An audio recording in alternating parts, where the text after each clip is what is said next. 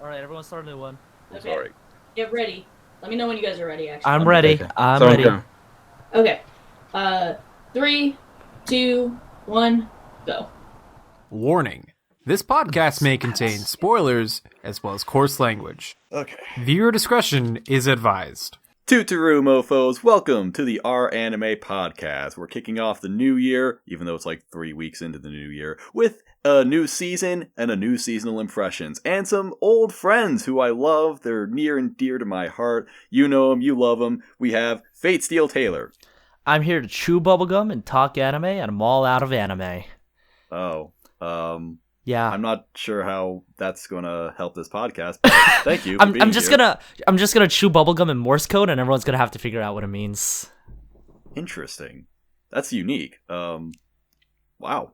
I mean, I've had to stop eating people, and my therapist said that gum could be a good substitute. So Okay, I understand. Also, we have Sha, King 807. I'm glad Fadey's eating bubblegum instead of small children. Yeah, that's an improvement. Small baby steps. Babies. Ooh, that sounds good. Ooh. No! Wait a minute. No! I love that show. It's a great show. It's sadly not airing this season, but Baby Steps podcast when. Yeah, eventually. And, finally making an appearance on this podcast at long last, the, okay, he's not Hello. the cancer of the Discord anymore, but he's Snowy Nix. Hey. Hello. I'm glad to be here. Yeah. You guys can't see me, but I'm dabbing. We're glad you have this. Likewise, I joined you in your endeavor. I imagine Fate dabbing in the podcast unironically like several times. Every time he makes a stupid pun, which is all the time. You mean when he makes a good pun? It's just what he which does. Is all the time. Well, just wait till next season. I can only make a single pun because it's One Pun Man season 2. Dabbed. Oh, Ooh, yeah. So, of course, this is a new season. We're going to talk about the shows that we are watching this season, at least most of them. Of course, we can't get around to all of them, so we're just prioritizing the ones that I think that the most of us are watching. If we have time, we'll talk about some of the continuing shows, because there are a lot of them, actually. And I think, Indeed. once again, I'll have a thing on screen that says the shows that we recommend the most for anybody who's in a rush and doesn't want to listen to this whole podcast. But as of right now, there are only 2 or 3 episodes out for each show, so we'll probably get into moderate spoilers about all of those. But other than that, nothing to worry about. I don't think I have anything else to mention. Am I missing anything?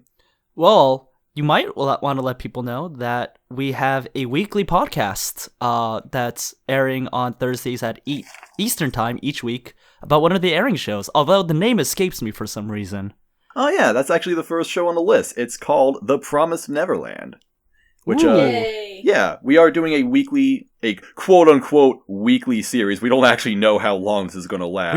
We never promised weekly. The promise Exactly. never weekly. So we're not going to go too into detail on this show, but I mean, we can still have some general thoughts about the first 3 episodes so far, because I believe all of us have seen it. Mhm. Indeed. Yeah. And Nix, you especially, you have not been on any of these podcasts, so what do you think about Neverland? It's pretty good. I think it's not like the most amazing thing that has ever existed. That is not to downplay how good it is, though, because I think this is just a really good season, and there's a lot of good things. So even in this season, it's not even like in the top 3, even though I would give it like an 8. Big oof. So it's Yeah. it's really good still. Like it's like one of the biggest like properties that has come out of Shonen Jump in like recent years. Mm-hmm. And I've heard a lot of Source Reader hype for it, and the adaptation I think it's really good. There have been a bunch of like petty people complaining about like how they changed like the shading in a particular shot, and like how they just like ruined the entire anime or something. Right. Yeah. Which, I heard someone comparing it to the Tokyo Ghoul re-anime where they're like, is this going to be another Tokyo Ghoul? And I'm like, okay, sit down. Like, okay, like, hold up. Like, I think... But Shaw, you're one of the people who are most against everything in the anime adaptation, right? Because you're like such a manga shill, and obviously all manga shills prefer the manga over the anime, right? Of course. The superior beings, of which I'm like only one time a manga reader. Yeah. I think they're doing a good job too. This is obviously my anime of the season. This is my shill. Gotta rep the Norman AV now. New year, new me. So, yeah, this is obviously my anime of the season. It could be anime of the year for me, but I think they're doing a pretty good job. And, I think they're doing solid. We go into more detail on our weekly podcast, so I'm not gonna get into too much of the, like, manga versus anime thing right now, because I think they're doing well. And more importantly, I think the reactions the anime-only people have are the same reactions the manga people had, which is telling me that it's a good adaptation for, like, it's getting the point across, so it's doing really well. So, this is my shit. That's it. Nice. Yeah. I've mentioned this on the weekly podcast, but this is one of the various anime this season that I've actually read the source for prior to even the anime announcement coming out.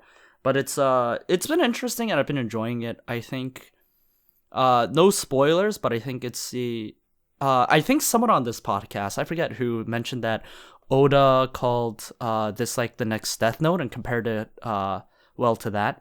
Shaw, do you remember who might have said that on the podcast? Well, I'm just saying that, like, Oda may or may not have slipped into my DMs to be like, hey, I heard you're on a podcast. Tell the people this is the new Death Note. I'm not saying that happened, but it might have happened. Wait, Wow, so you've got some connections. Oda just slipped into your Are you the One Piece? Well, I'm not going to spoil One Piece fate. Come on. We're not here for that. I'm not a bad manga reader. I'm not a bad manga reader. Spoiler, Shaw is the actual One Piece. It gets revealed in chapter 722. They don't reveal... Yeah.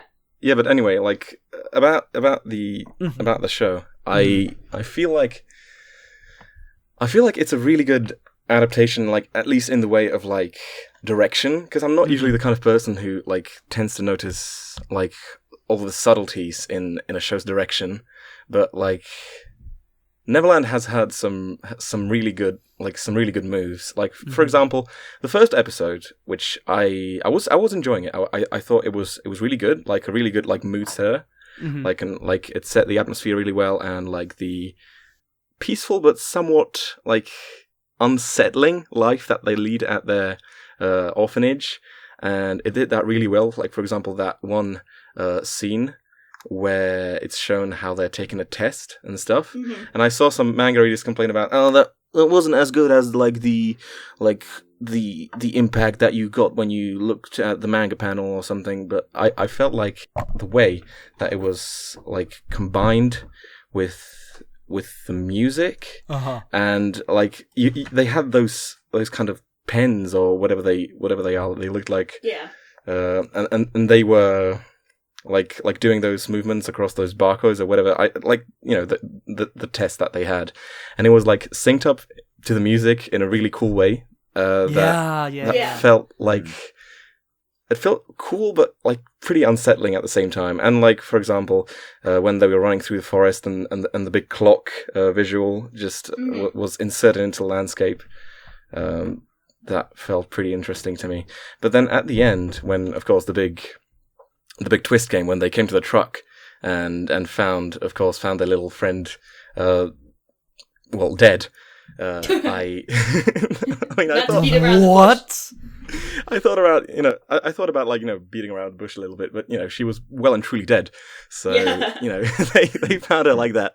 And I was like, that's okay. I guess, okay, that's okay. Well, she's dead. I didn't really feel much from that because I was kind of expecting something along those lines, that's just a bit of a jump scare, she's dead. But then as, the mama came out with the demons or the whatevers, the monsters, and started talking about like how they were going to eat them and how this whole orphanage is just like kind of a farm for human meat basically. And then how they put her into the vat, and the direction of their absolutely horrified faces with the vat on screen, how that was all put together, that was really well done. And that at that point I was definitely creeped out. So yeah, it did its job well, definitely. Yeah. That's cool.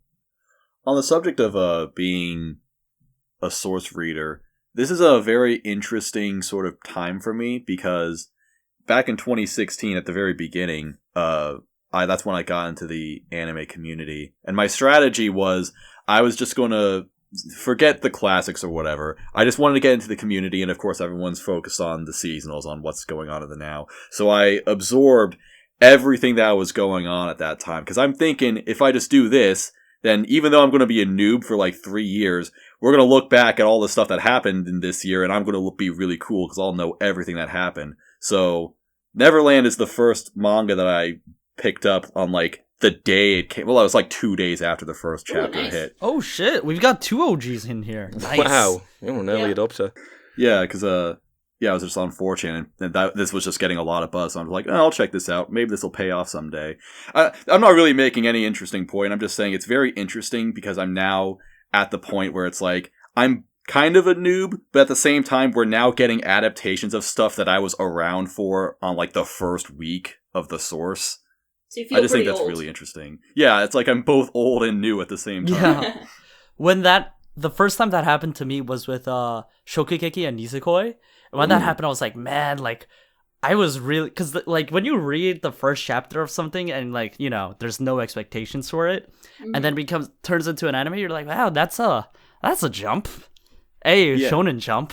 Oh my Yeah, god. Neverland, like, also Neverland, in the beginning, there was a bit of concern for how this was going to do because it's really kind of a tonal shift for, like, Shonen Jump has really kind of gone a little further with all their genres. You got, like, Yuna-san, the Haunted Hot Springs, which is a lot more ecchi than what you're used to, and now you got this show, where it's like, there's that one page of Connie getting dunked into that vat of water. That's like a full page in the manga. And it was like, holy shit, Shonen Jump. And there was like concern about whether or not, like, perhaps if this didn't sell as well as it did, then... Normally, I would consider even like just having like a girl protagonist be a bit of a departure maybe for Shonen Jump standards. Sure. Yeah. I think she is Like, she is this one of show the few ones, I think. Yeah.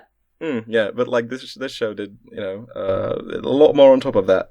Yeah, because I think with Shonen Jump, there have been cases where you see a lot of like darker shit going down, but it's often from like more well established guys who know that like they're not going to get canceled next week. Yeah. So for them to come out of the bat with this is like, yeah, they're going all out, and I've definitely got that feeling that like they really go all out with each chapter, especially in the beginning. Like I feel, I keep thinking back to Bakuman, where you keep hearing about like, you know, how much pressure there is to maintain that popularity. And I just keep thinking of the Promised Neverland mangaka being like, yeah, so we're just going to keep hitting them hard for like the first 10 weeks plus and like coming out with like cliffhanger after cliffhanger. So I think that Neverland was one of the manga that was introduced in like the big, like kind of, I would say like restructuring of Shonen Jump, maybe. Right. Kind of. Yeah, definitely. After This is a Bleach new and show.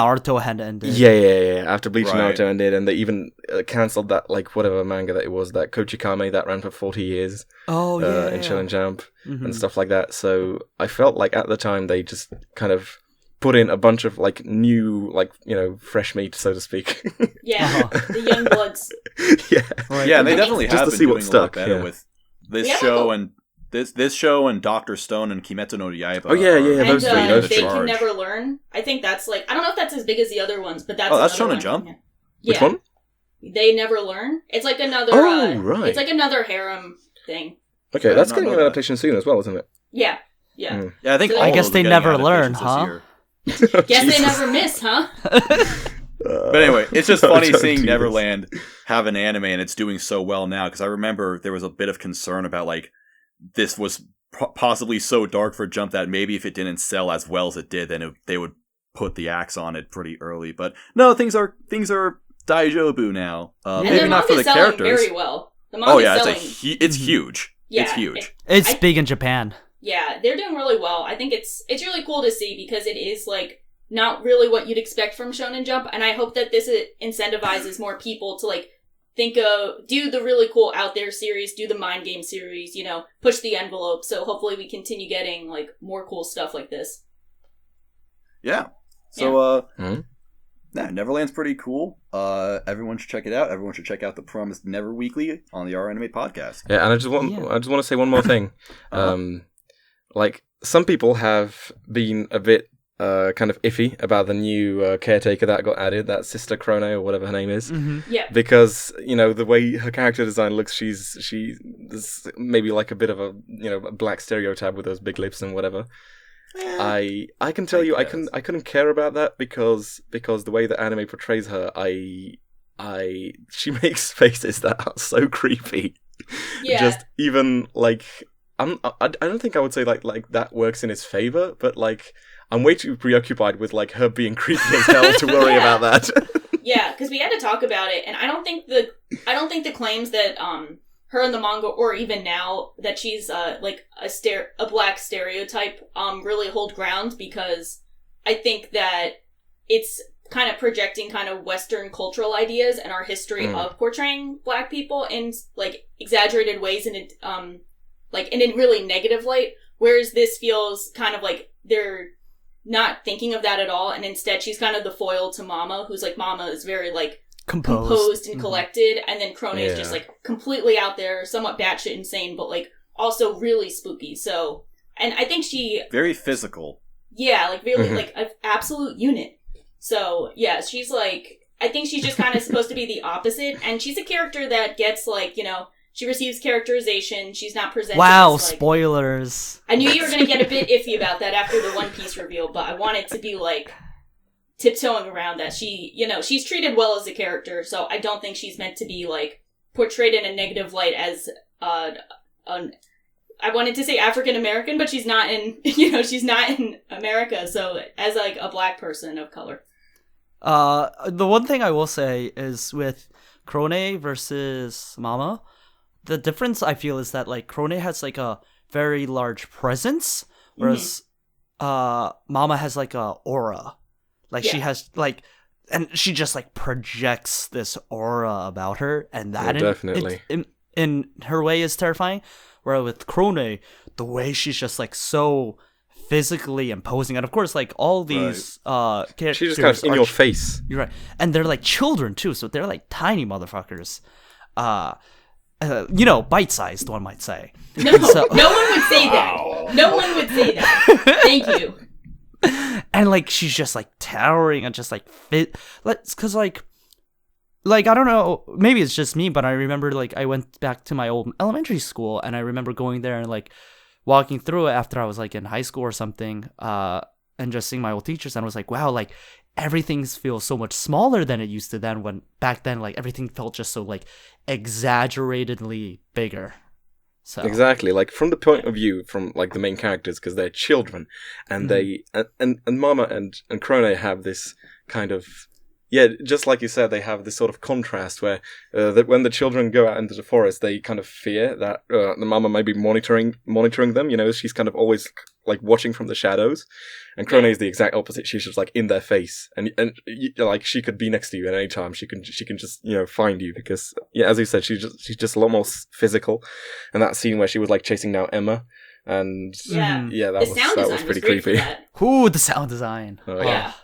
I don't remember if this is true or not, but I think I remember reading somewhere that Mama is like either like 5'9" or maybe like 5'11", and Krone is like a good like 5 inches taller than her. So if she's over 6 feet tall, that would be so scary. And like I remember when I was a kid, like my uncle is like 6'4". I was terrified of him, and he wasn't even trying to eat me. So I can only well, that's what you. How do you know? Yeah, I don't know. He just ruined my faith in humanity, so I'm kind of Your scared. fate in humanity. My fate in humanity saved me. I will say though, I feel like Jump especially always has trouble understanding people's heights, because I remember in Naruto, some of the characters are like barely 5 foot, and like in Nisekoi, like Chitoge is like 4'11". Yeah, they draw them like they're like, oh yeah, this like normal sized character. Oh, by the way, they're like 4'11". No, that's not how this works. That's not. So maybe she's like actually 7 foot tall, or she could be like 3'6". Yeah, but it's cool that we feel like she's so much taller. Right. Yeah. Well, that's cool. You're cool. You're cool. No, Shaw, I said it first. Thanks, guys. Very cool. So, dab. While Neverland is a nice, promising, newer manga, something else that's in this season is an adaptation of it's a nice much promised older new manga. We got an adaptation of a much older manga by Tezuka called Dororo, which is pretty cool, I think. What do you guys I'm think loving about this shit. So I was really confused because I heard this took place like it was like almost like a historical fantasy piece set in like Imperial Japan. But I thought it was Dororo, and then it was the prequel to Durarara. I was gonna say something like that because of the name. God damn Did it. you honestly think that, or are you just saying that for the meme? I'm just saying that for the meme. Of course you are. But you got because everyone knows that O comes after A. O comes before U, so that it would have to be Dororo before Durarara. So, but anyway, it has nothing to do with Durarara. I think I actually haven't seen Durarara, so. Yeah, that I'm takes about to place in say modern that. day Japan. So they're not connected, is what you're saying. I don't have to like. We might see a cameo from Isaac and Miria, but I'm not sure. We'll find out. No, Isaac and Miria weren't alive at that time. There are some other immortals that could show up, but no. No, wait a minute. I used his trap card, and he's gonna talk about them now. No. Wait, Isaac and Miria are in Durarara? Well, they Yes, have a they are. cameo. Yeah. What the fuck? Spoilers. Ruining every series in our path. Haha. Yes. Yeah. So I really By the love way, you this should watch series. Dororo. It's really good. Okay. That was just my obligatory. Alright, talk about Dororo, motherfuckers. So I really love this series. I love that they're adapting this really old, like, not like a necessarily famous adaptation. I don't even know if it had an ending, but I really love that they just went back and decided to adapt this. And they're doing such a cool job. I actually think that the aesthetic that they're using for it actually complements the art style a lot better. So every time I watch the episode, I'm just like, this is so aesthetic and cool. So I'm really loving it. The OP is probably my favorite of the season. Give me fire! Yo, Sorry, the that was OP really is bad. so fire. Jose, yeah. Yeah, exactly. It's What like is this. it? Hang on. I like the ED more because it's Amazarashi, and that's like I like both a lot. I love both. I'm liking both, but it's just such a really cool aesthetic experience. I My like favorite the premise OP too. of the season is actually probably Neverland. Neverland and Dororo have both really fire OPs.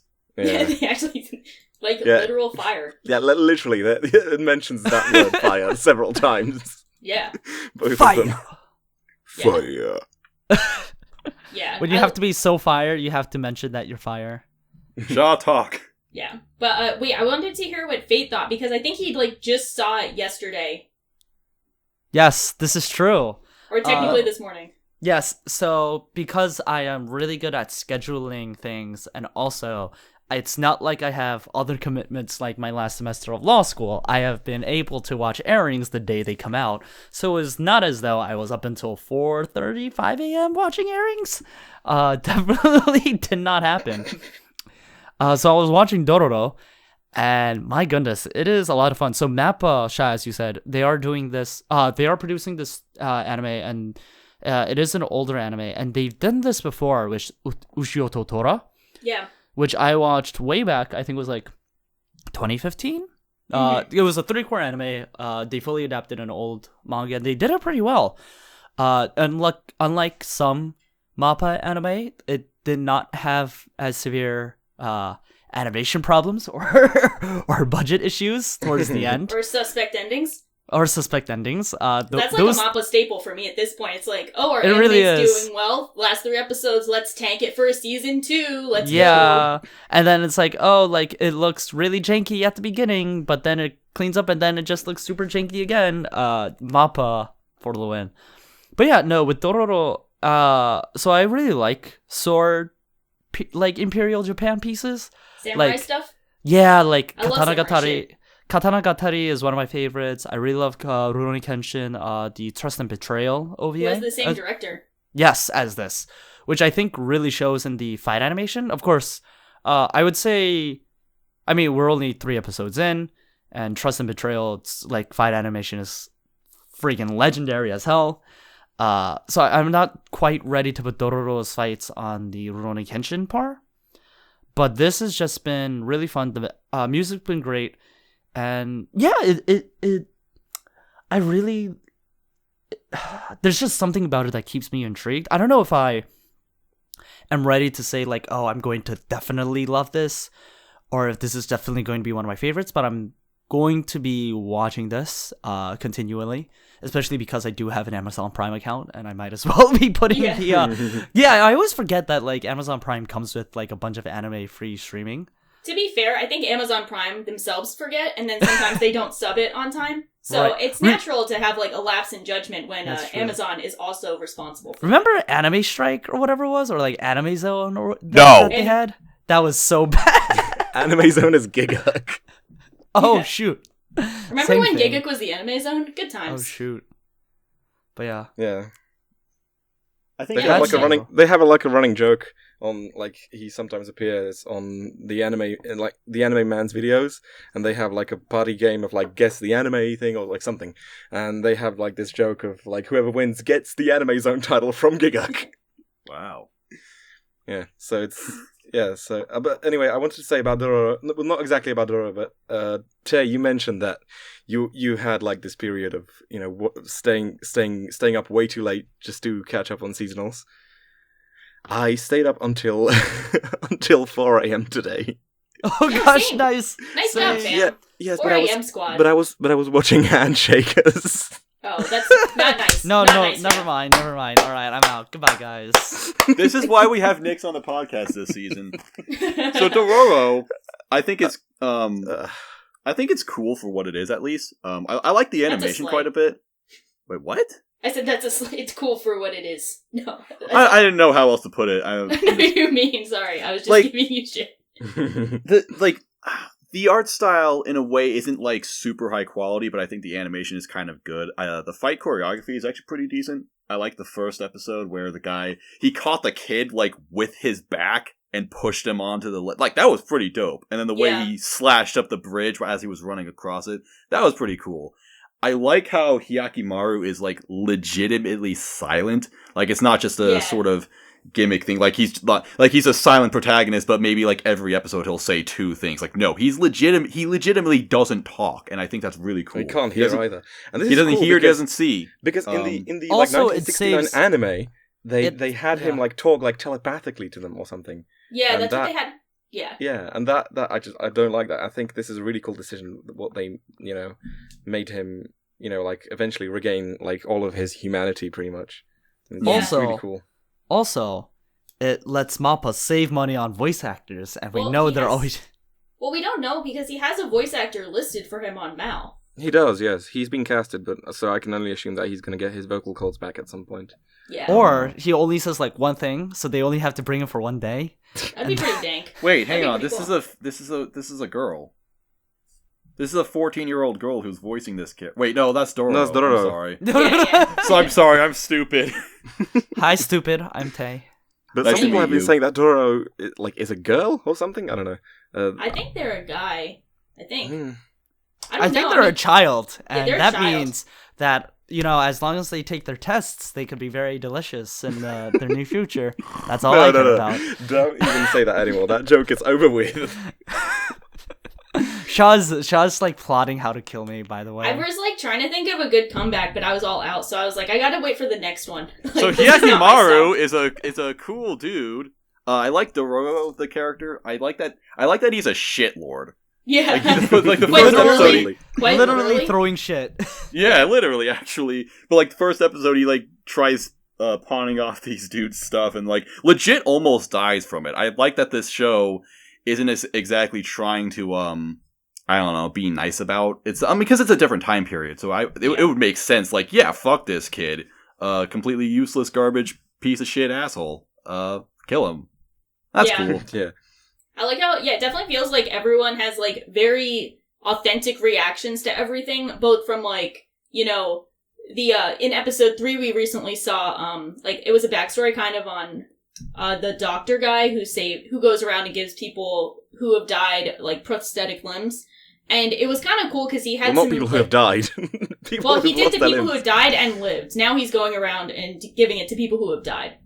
But Oh yeah, shoot that. Yeah, that's true. Okay. Yeah. Okay. I forgot so about he's that. so we got to see like he had like his protege who like loved him and like worshipped him and considered him a savior, and then once that kid found out that the doctor was part of the people who killed his father, like it was interesting how they didn't really have some scene where he like came around. He's like, no, I still hate you, fuck you, bye. Like, Yeah, it that seems was like the best episode yet, I would say. yeah, I really love that episode, but I feel like they have a lot of really authentic interactions with each other, and it makes it really interesting. I like that our main dude conveys so much character without talking or like hearing or anything. Like, I feel like they really portrayed his character really well, even though, you know, we're not getting that much from him. You know, And it's kind of cool. Like, the concept is really cool. The concept of him not being able to see anything, but like kind of being able to see like the spirits energy of objects. Yeah. So he can still kind of function, but like just not really function at the same time. He's like, he doesn't hear anything. Like, so, you know, both the guy who, you know, like, you know, raised him and gave him all the prosthetic limbs, and like Dororo and everybody he meets, they're just like a grey blob to him. And but you can really tell if they're like anyway. positive or neutral blobs or negative blobs. Yeah. So like, he's like Lucario. So, like, I don't know who that's that a is. bird, right? Keep going, Nix. Yeah. Okay.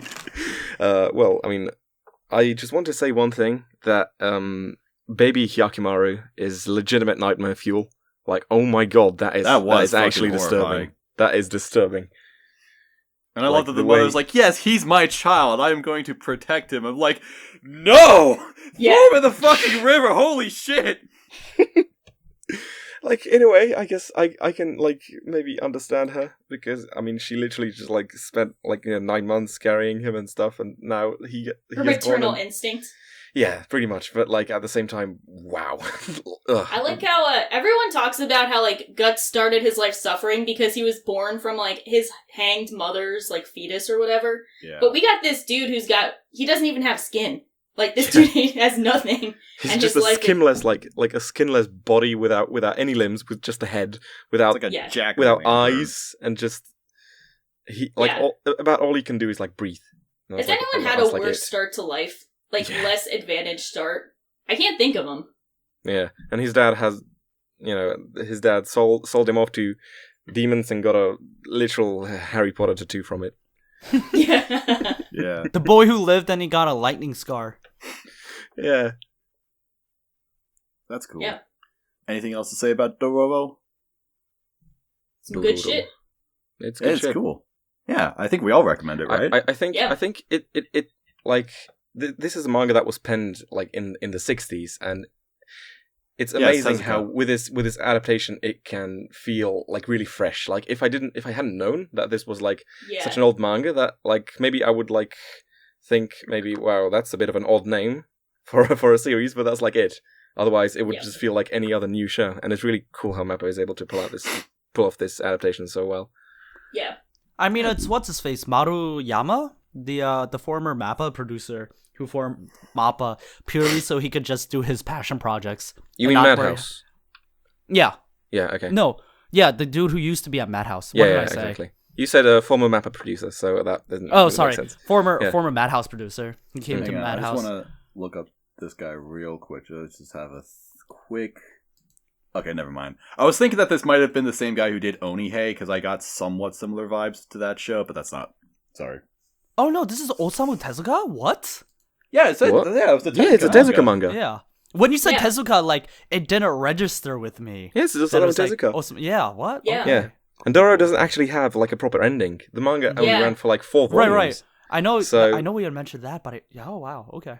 So like the 1969 anime had a different ending, and like there was a live action movie that also had a different ending. I think there was even like a game or something that also had a different ending. So it's gonna be cool to see how they're gonna like do this. Also, I noticed that the original count of the demons was 48 demons, and they Yeah. cut that down to 12. Did they So cut it down to 12? Yeah, they did. They Yeah. did. Oh, I forget. In the new anime, it's only 12 demons. Oh, So, that makes it easier. At first, I thought that was going to be like so that they can fit it into one like core of Mhm. airing. Yeah. But then it was revealed that it's going to have 24 episodes, which I don't think is updated on Mal because Mal sucks. But it's been confirmed. Yeah, I on, did like, see that ANN. around. Yeah, that Dororo is going to be 2 core. So that's going to be yeah. interesting to see. That's cool. Also, I like just one more thing. I like how the demons are portrayed in in this way, like they are very much like, you know, like otherworldly beasts that, you know, that can terrorize, you know, people, and you can like make deals with them for like supernatural abilities or whatever. But like, if it bleeds, we can kill it. Yeah. And this is like a really cool premise that, you know, like whatever, like fuck it, you're a demon, but I can still like, you know, slice your head in half and you'll still die. And that's really cool. Spooky. Yeah. It's not really about being spooky. It's more like, you know, it doesn't feel too ridiculous. Like the demons are really powerful, but they're not like insane. So that it still feels like a pretty fair story. Yeah. For Hyakimaru to just be going around with his like sword hands and be able to kill sword them. arms. The Sword arm online. Yeah, arm online. I was gonna make that joke. But yeah. Nice. Well, speaking of Tezuka. Not Tezuka the mangaka, but Tezuka Productions, another anime by them this season, is Gotoubun no Hanayome, which is the quintessential quintuplets. What a name. It's the essential harem this season. The quintessential harem, I suppose. Hey! And, Dap. okay, I'm not in love with this show, but I will say that there are things about it that could have been way worse than it is. And I think it's not bad, but I also my impressions from the first episode was that it was a good first episode of a show that's going to go absolutely nowhere and just get really repetitive very quickly. However, I have heard good things about this manga, and they say it actually has more plot than you would expect from this kind of show. Yeah. So I'm willing to give it a fair opportunity. What do you guys think about it? I'm not watching it. Okay. I started it yesterday. I started it on a whim because I know some of my friends are source readers, and they're like, yeah, it's a pretty fun harem. It's, you know, like nothing crazy, but they do pretty well and the girls are good. And I started it, and I feel like it's almost like a wholesome harem because it's got fan service, but it's not too ecchi, and it's not really like about all the sexual encounters they can get into outside, you know, like episode 3, but that wasn't like too much in your face, like ecchi stuff. But it seems almost kind of like, it's just kind of cool how they all have they have like an interesting setup. I mean, it's kind of ridiculous, like having quintuplets, but like, it's kind of a cool setup for a harem. So I think it's kind of like what you said, like, it's probably just going to be standard harem fare, but it doesn't go like super downhill. It'll be a pretty fun watch.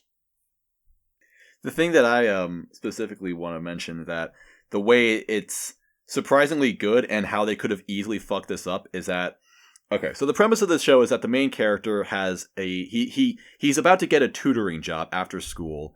He doesn't know who he's tutoring though. So he's also poor.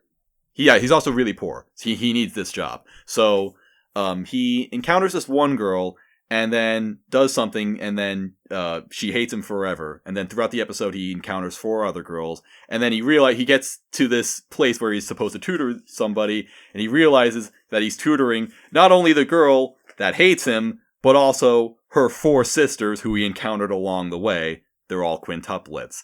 So in order for this sort of setup, for this plot to really set up, what needs to happen within like the first 5 minutes or so is that the main girl needs to fucking hate this guy. She needs a good excuse to forever hate his guts. Now, I don't think you need to use your heads for this one. What is the number one way an anime can make a girl hate a guy within the first 5 minutes? A misunderstanding of like him walking in on her or something. Thank you. What happens to this show? He tells her, you shouldn't eat so much, you'll gain weight. That's the fucking thing that he does. Social skills for the win. That's the fucking thing he does to make this girl hate him forever, which is just, like, if they did the accidental boob grab, I would have dropped this show immediately. But the fact that he said that, it was, like, so blunt that I didn't expect it at all, and it was hilarious. He's like a surprisingly decent MC, because, like, he's not really great, but he's got, like, character to him where he's, like, super socially awkward and kind of really stupid with, like, interaction with people, and he's also, like, really poor and, like, you know, he's got stuff to him. So you could, like, see that, like, he would just call her fat without thinking because he's, like, terrible at social interaction despite being, like, really studious. So, like, it kind of makes sense. The first thing, actually, I would actually say even more so than what I was just saying. What made me interested in this show is the first thing, but not the first thing that happens in the show, but the first thing that happens in the present day of this show, I suppose, is that the main character, he gets his lunch, and it's a barbecue combo without barbecue, and he explains in detail that this specific lunch is the same price as a regular bowl of rice, but has more food. And I'm like, okay, this guy knows his shit. This is some crafty shit that only a poor person would actually know about. Yeah. Authentic poor. Yes. So, yeah, it was pretty good. It was pretty fun. I'm not head over heels for it so far, but it is, again, surprisingly not bad. Yeah, I'm excited for it because it was a fun watch. I had fun I had a good time. So I was like, this is it is what it is. But I think that's a lot to ask for, even with harems, of not being too predictable and being a fun time. Yeah, and it's especially good if you're into the community aspect of it, where you're arguing about who's the best girl and all. Yeah. Because there are 5 of them, and I don't know. In some cases, I would say at least 4 of them are pretty decent. Yeah, I feel okay, so I thought Nino would be better because she had that yandere shit going on, but she kind of sucked in episode 3, but I heard that she gets better. Miku is my best girl. I like her character design, and she's got the cool headphones, but also the hobby of liking ancient warlords, and she's super shy about it. That was pretty good.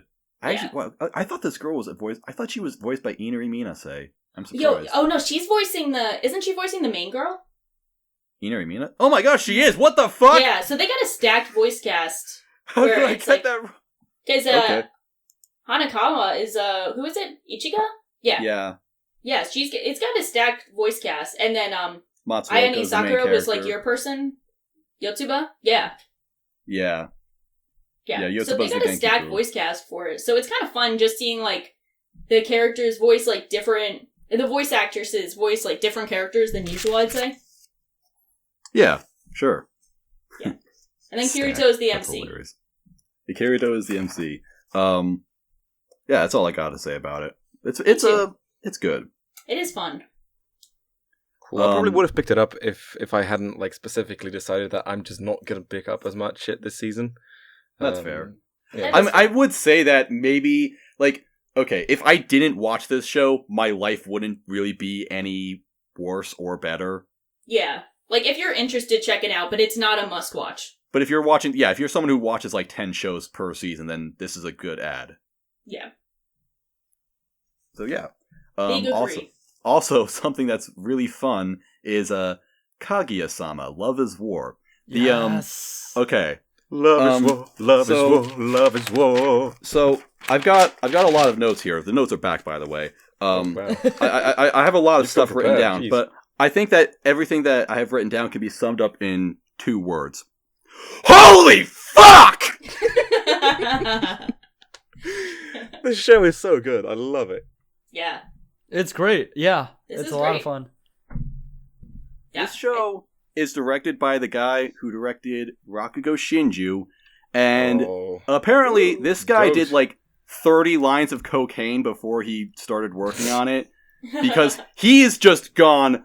He is pulling out all the fucking stops in this show. You don't watch Kaguya-sama. You experience this anime. Every single second overloads every sensation that your body can possibly feel. It is absolutely mind-blowing. I remember how people were extremely disappointed that the anime wasn't going to be done by Shaft. I think this is just as good as A1 Pictures.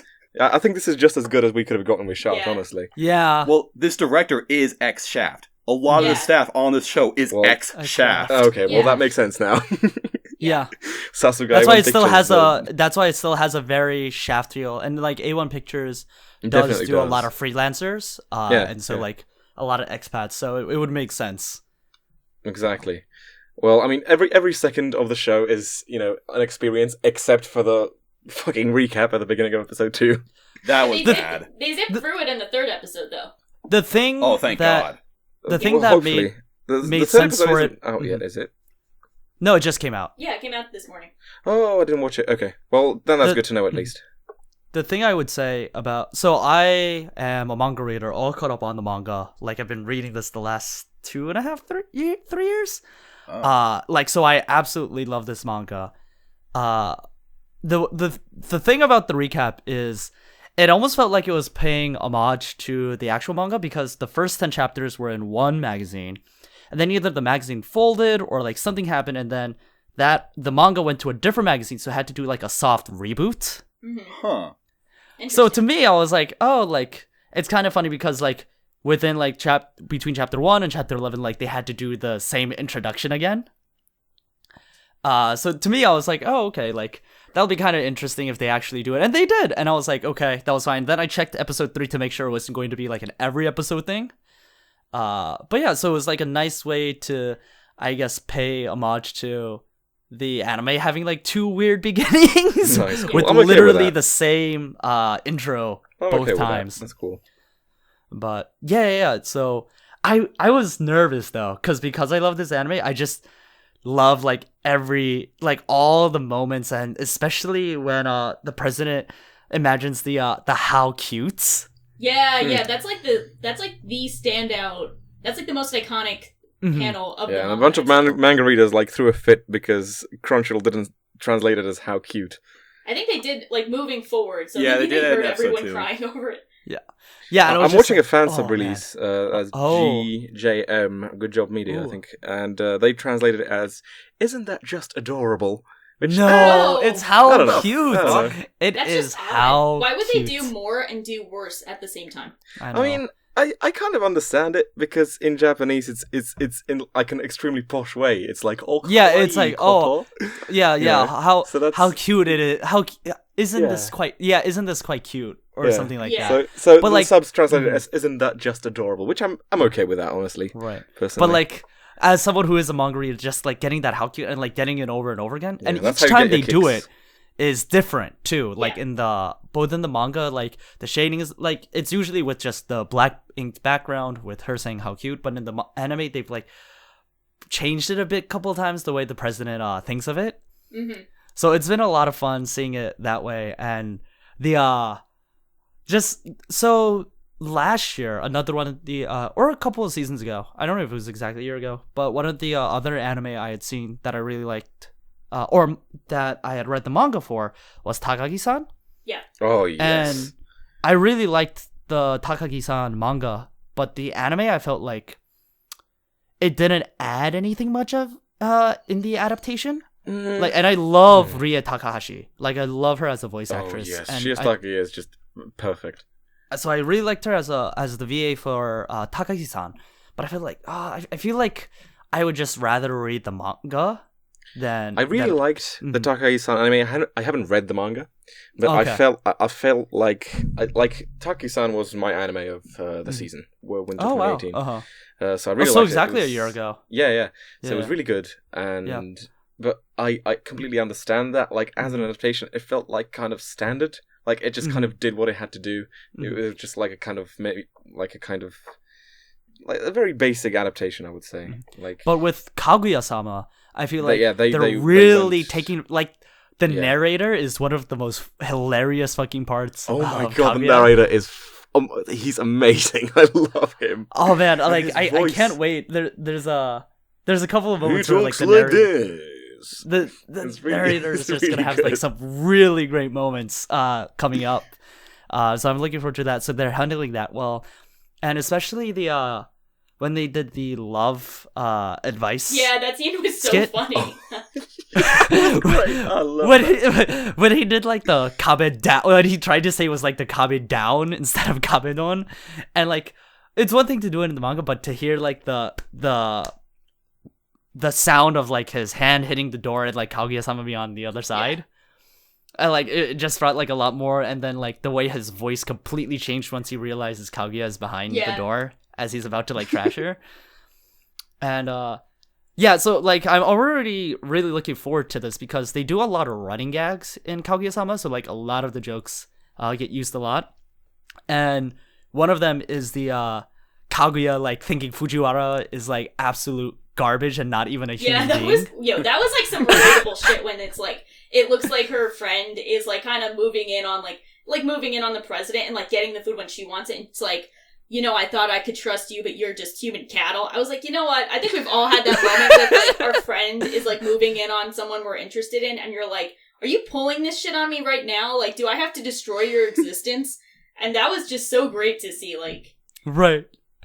And, like, just seeing her, like, how, because in the manga, right, like, you could just have, like, a screen tone, or you just black ink, and you can have the way, like, obviously Kaguya is, like, just this pure hatred, but in the anime, it's a little tougher to do, but they had, like, almost like a horror filter over it. Yeah. Yeah. I love it. I'm loving it, too. I read the first volume, but I haven't read beyond that, so I kind of knew what to expect, but I was on, like, both ends of the, like, I'm worried for the adaptation because I know what it should be, but I'm also not too attached, so I wasn't sure, like, how everyone should sound exactly. But I would agree that I think they're doing a really great job. I think episode 1 might be, like, they did a great job introducing everything, but they didn't really utilize the, kind of, like, symbolic imagery, so to speak, that they've used a lot more in, like, episode 2 and 3. Like, when they're showing, Kaguya, and who's the secretary? I forget her name. Fujiwara. Fujiwara. Like when they're thinking about like going to the beach and they show like Kaguya's got like a like pellet gun and the Fujiwara's like I love that bit so much. So like those kind of by things. the end they were exact. You know, their opinions were just completely reversed, and That I was was like great. adamant about it too. Fujiwara's just like, what the fuck is going on? I just also love that like this entire premise is like really perfect when you think about it, because you have two of the smartest people in this like top school in Japan.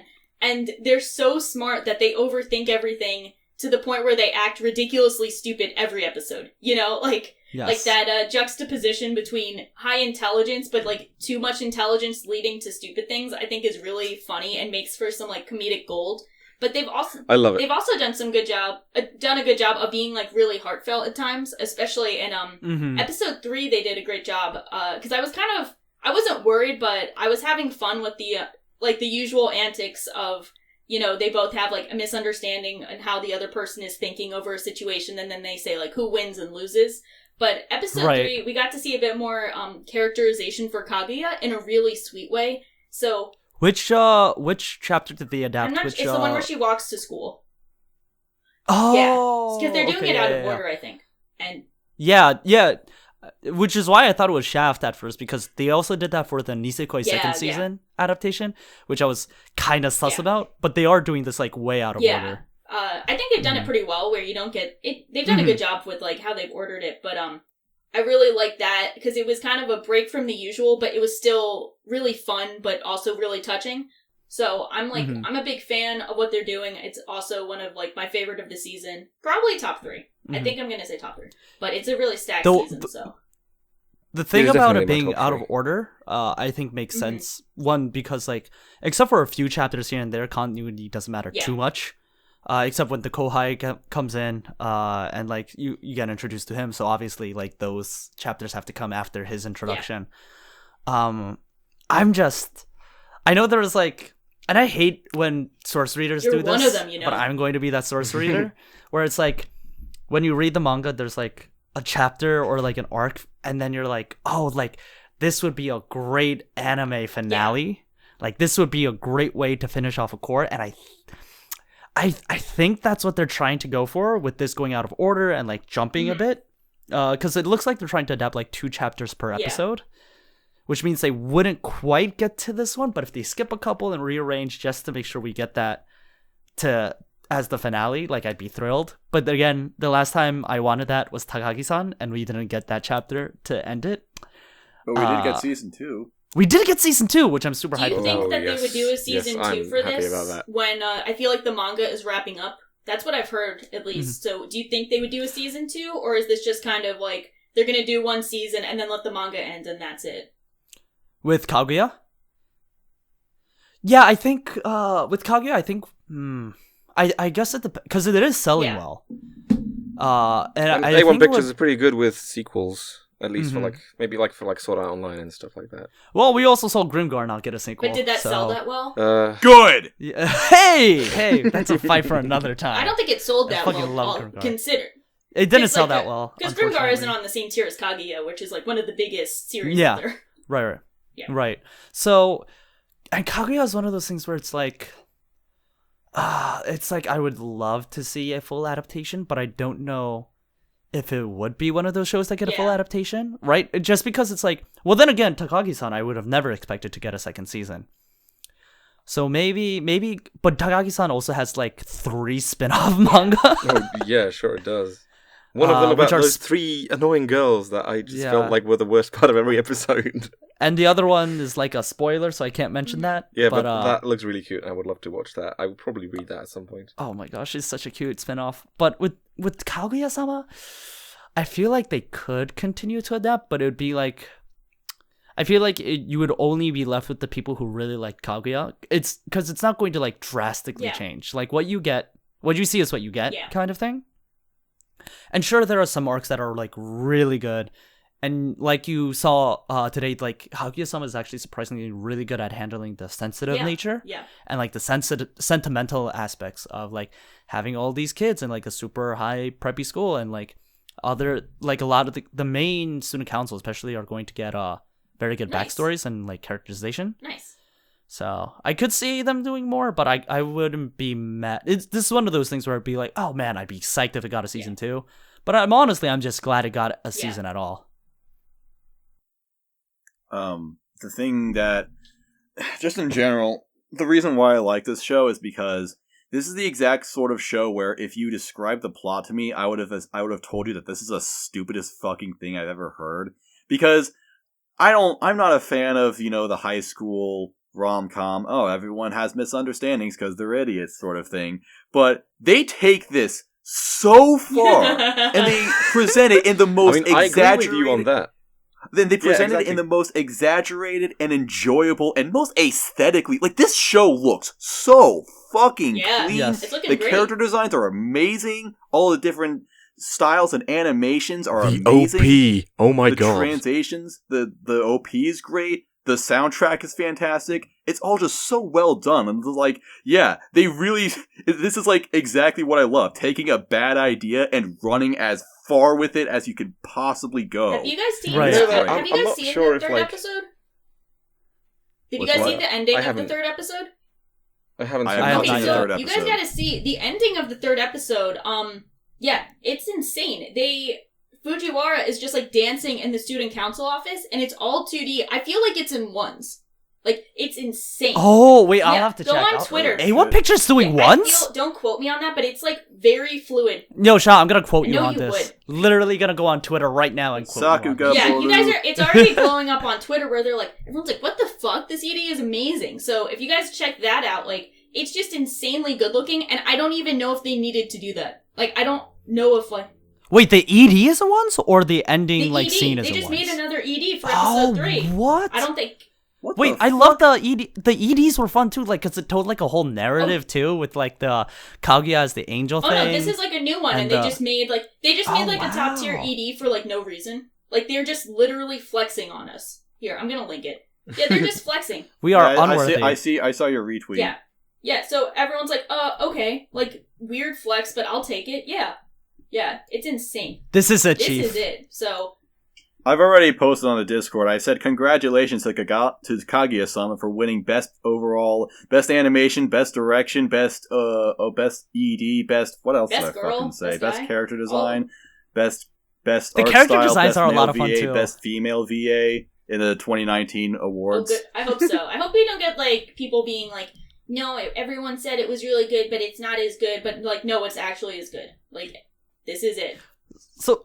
Shaw, I wanted to ask you this because I haven't seen JoJo, but I've heard a lot of comparisons of it being like if JoJo was a rom-com. Yeah, I can see that. And do you feel I would that say it's like if Death Note was a rom-com. No, I would say it's a bit more JoJo because it's so exaggerated. Maybe. Because it's like mind I know, games. but I mean, as if Death Note wasn't. Well, yeah, but no, like I mean, no, I'm saying Death.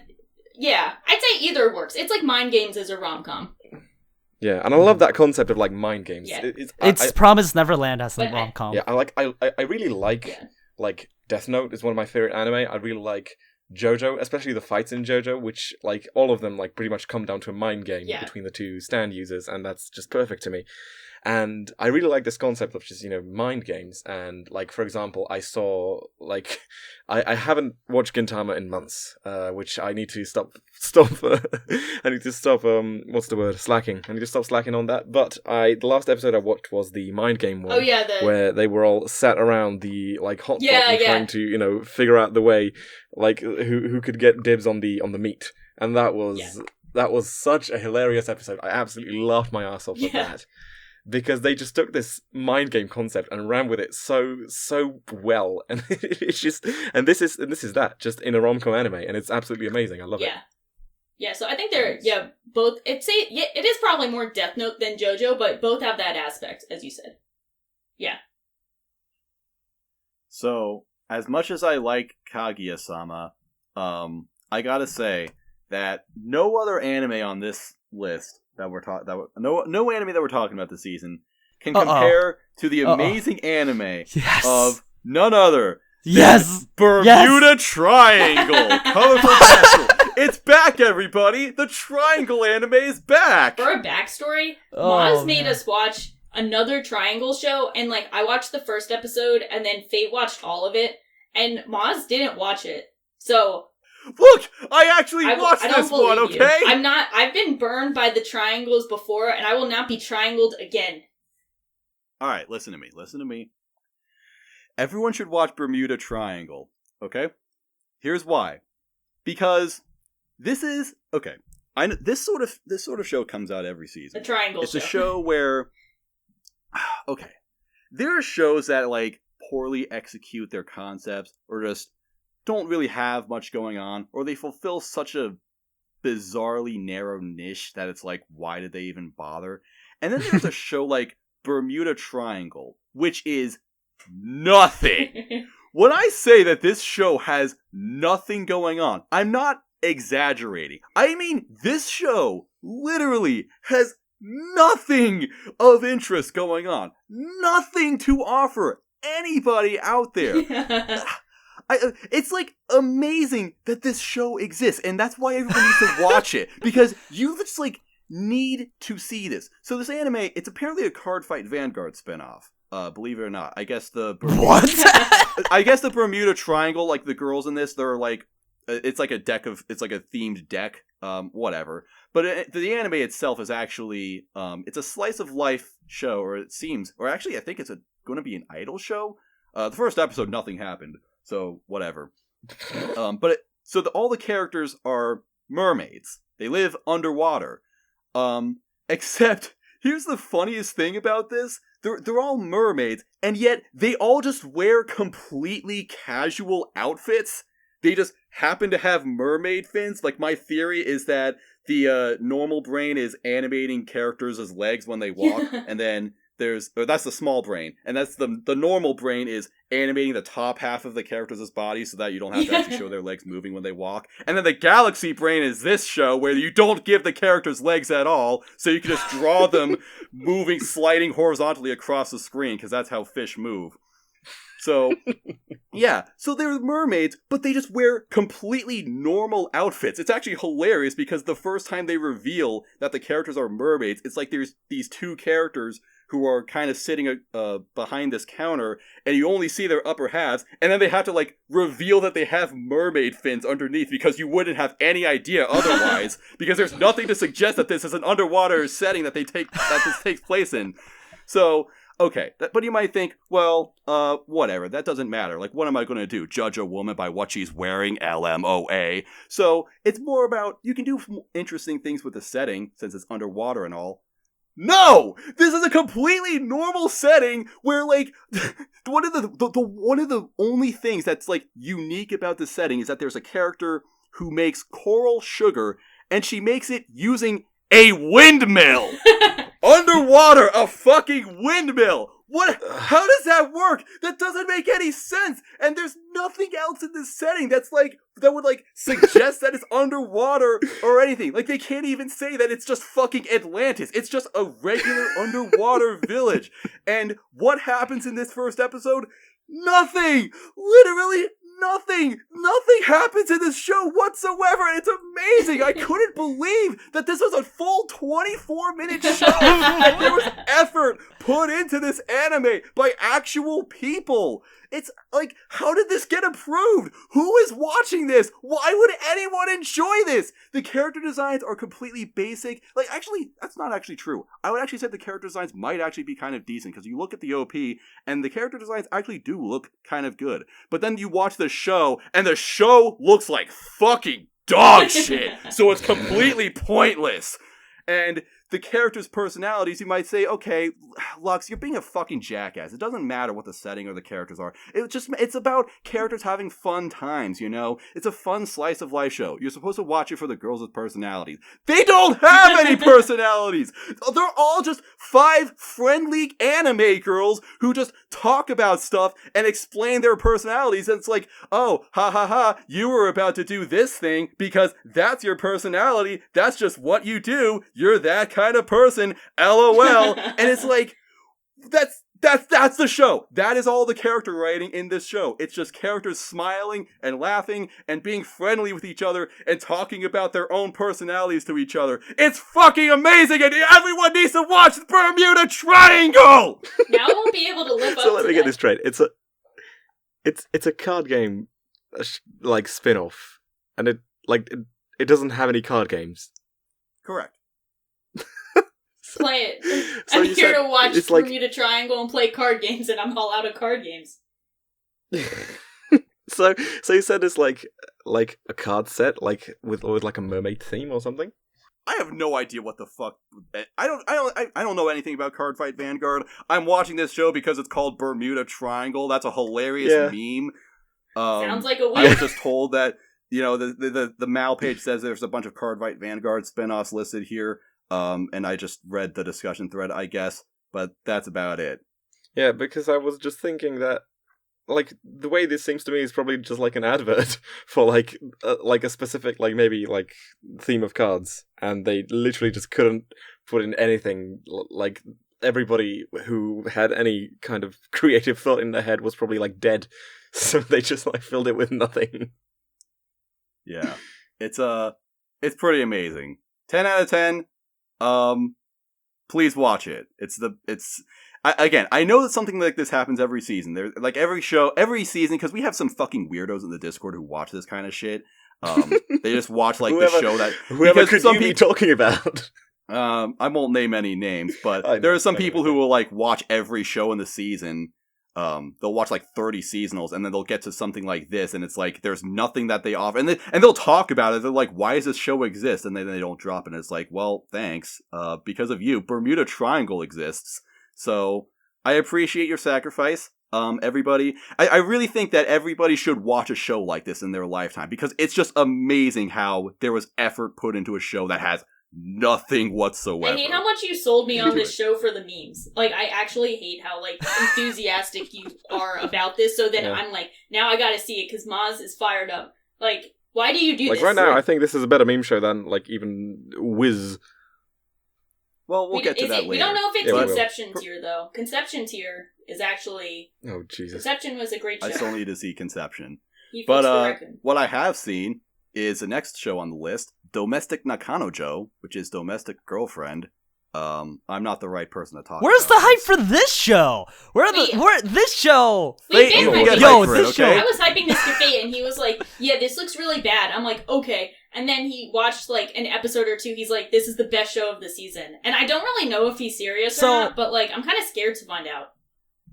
So, like, when it comes to anime, I think people have to understand, especially if you're a first-time viewer or first-time caller. that first-time caller, we here at the our anime podcast have a special scoring that we use for anime, which is that the worst is a citrus, and that is a 1 out of 10. And so I like to give things like 5 citruses out of 10, or like a 3 citrus out of 10. But now, we always had a citrus as the one end. And now we have Domestic Girlfriend on the other end. So, like, of the two extremes, you have citrus, and then Domestic Girlfriend is like perfection. Domestic Girlfriend is just like so terrible. and awful and everything that it is that I cannot look away. It's Hey, like a did you like train Scum's wreck. Wish? I didn't actually like Scum's Wish that much. I think Because Yeah. this has something that is very specific that I very much like, which is when anime have two siblings like the same guy or same person. And I just find that it's like a weird thing that we rarely ever get. Like, we get it in like Clan Ed, we get it in Nisekoi. But other than that, I feel like it rarely gets brought up. well, we have But we as have soon- the quintessential That's a really specific quintuplets thing. where it's the whole premise. Oh yeah. That's true. So this season is the season for me. It's just like, oh man, like this is my jam. Like cause like you always bring out some like weird tension between the siblings because they're like, oh, like who has dibs over this guy or girl, or like which one of us, and like the guy or the girl having to make a decision between the siblings, and like I love that like forced dumb drama. Like this is, I don't usually have guilty pleasure shows, but I feel like for me this is it. You can say fetish. We won't judge. It's not. You can say fetish. We're here. I did not We say are that. wholesome here. Shaw, I did not I say did. that. Shaw, I did We not can read say between that. the lines. I can. I felt it was Wait, implied. but I can't read. I like this very specific thing that we don't see too much fetish. There it is. But no, I respect. I think I was thinking of it too because it's been compared to Scum's Wish, and Scum's Wish was like an interesting situation. But I think the difference between like something like Scum's Wish and this is, I don't know if this is just my attitude of like not taking it as seriously, but I feel like I call it domestic trash. I don't mean that in a mean way. I'm calling it domestic trash.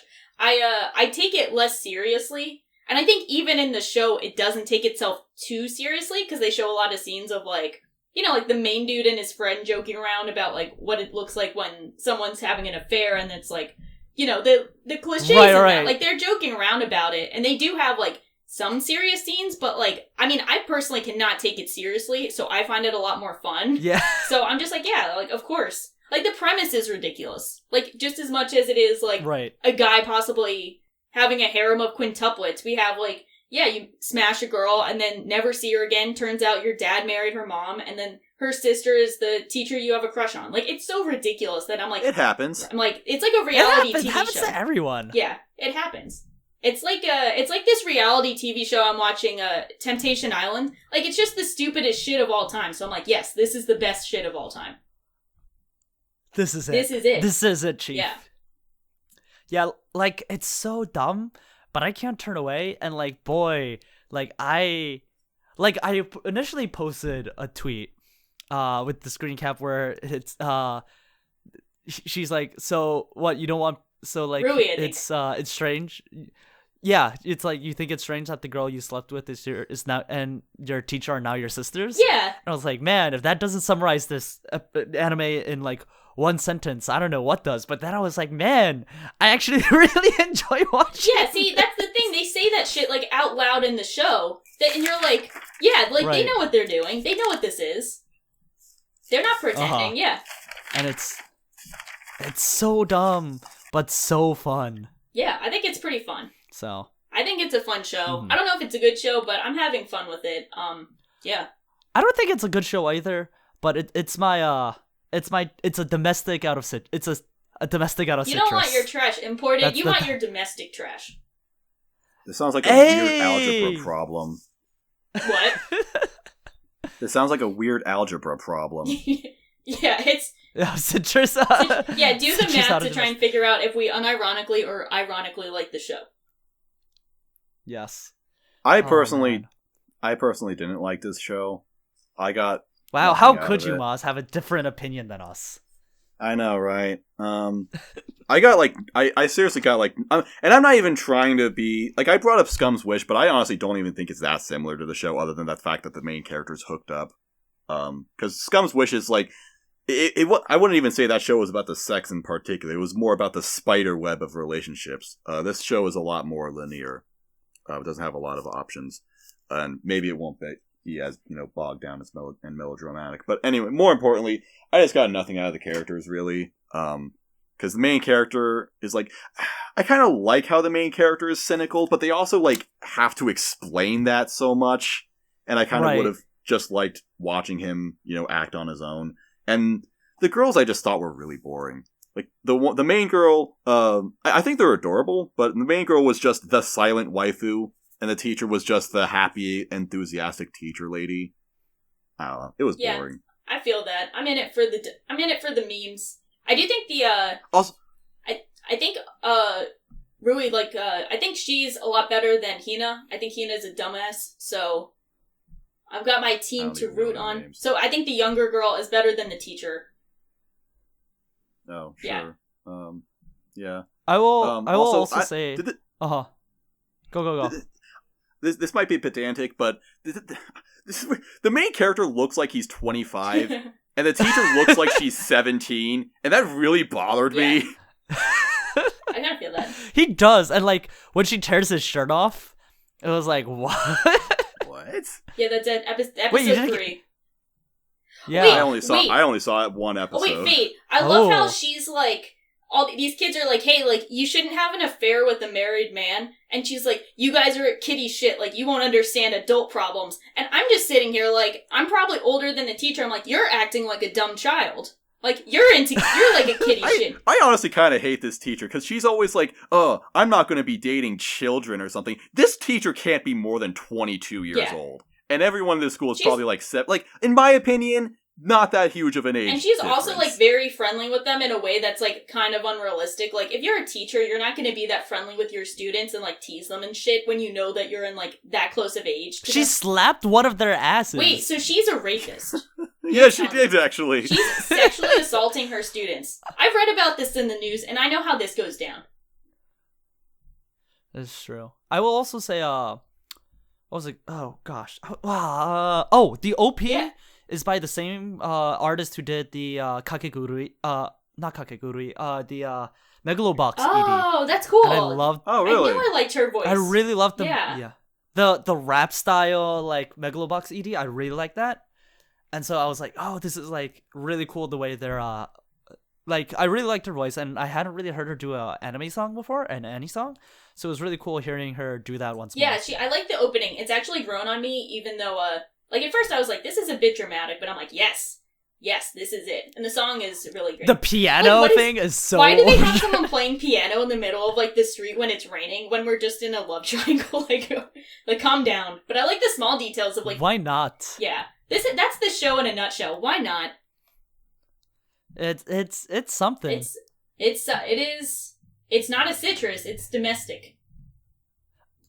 Oh, also, it is directed by the Tiger and Bunny animation director for the first and second movie. So TNB strikes again. Too many TNBs.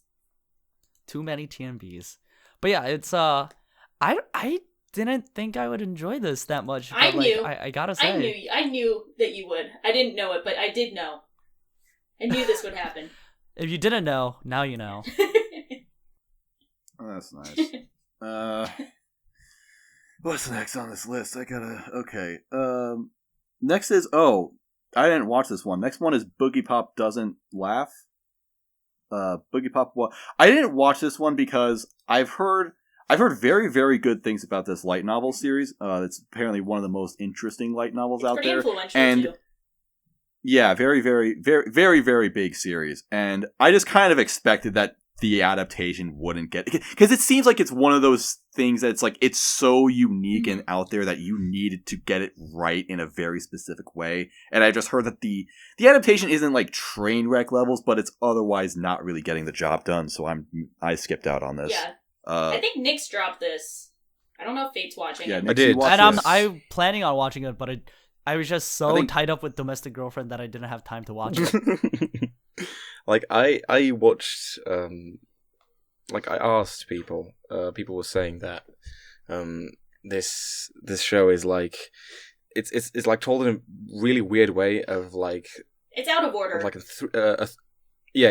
a 3-episode arc, at least the first 3 episodes when those were out. So it's like a 3-episode arc of pretty much the same events, just told from a bunch of different points of views in each episode, and it kind of comes together on a climax.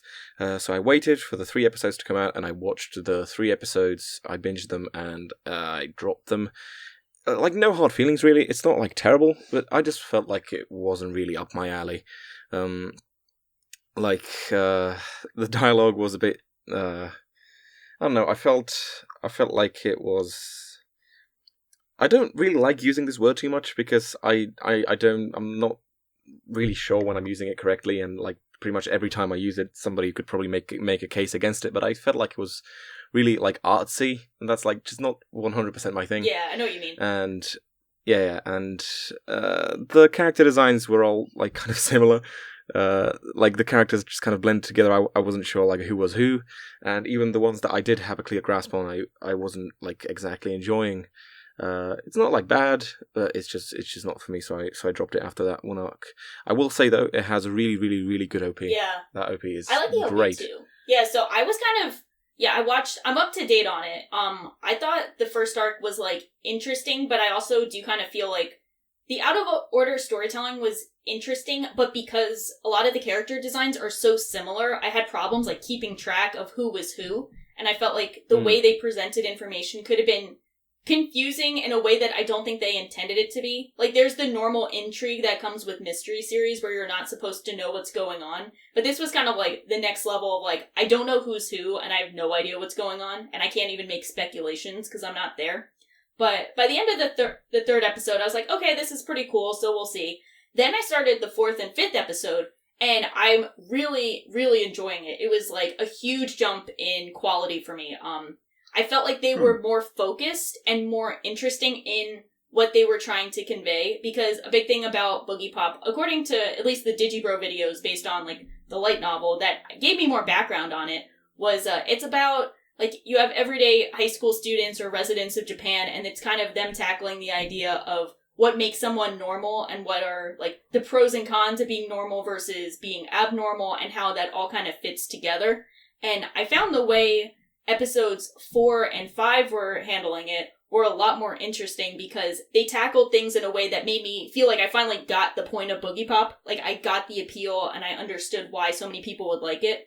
And I think the voice acting and characters they've introduced have been a lot more interesting. So I was, you know, I had my reservations about the first arc, but now, like, I'm on board with this. This is some good stuff. Yeah. So you'd recommend it? It's tough, because I don't know. I think it's tough. I think if you're interested in it, I'd say check it out, but I don't think it's a must-watch, because I think there are some problems with it, but, like, the character designs, I think some of the production values are a bit iffy. I think it doesn't look the best at all the times, but the soundtrack is really good. Who's the guy? He's my dude, too. Who's the guy? He did, like, the Liz soundtrack, the Devilman soundtrack. Oh, Kensuke Kawai. Yeah. Oh, what the Yeah, so fuck? he does the Kensuke soundtrack. Ushio, yeah. Yeah. Well, no. Why did I think it was Kenji Kawai? Jeez. Yeah. Kensuke Ushio. Yeah, so, one. like, he's killing it with the soundtrack and doing a great job of showing, like, the disjointed, you know, mental health issues. Like, you know, everyone feels a bit off. But it's kind of tough, because the first, you know, you kind of have to check it out and see if you're interested in sticking along for the ride. Not a must-watch, but if you're interested. So maybe if this is interesting and it's not, like, a good show for you, maybe check out the novels. Yeah, I actually got the first novel, and I'm gonna read it and see what's up. But yeah. Cool. Yeah. They also did an earlier, like, I think back in the day, they did the older Boogiepop Phantom. I heard that one was a bit more aesthetic in its presentation, and I know Becker is a huge fan, but I think they skipped the first novel and went into the novels afterwards, so it's a bit different. But I've heard really good things about that one as well, so maybe check that out if you're interested too. Alright. That's cool. You're cool. Another really interesting show that we have is Kemurikusa, which is the original... Did any of you guys see Endro? Yes. Nope. Yes. Oh, talk about Endro, Yes. please. So Endro is a really fun short. It ends roughly 2 minutes after it starts.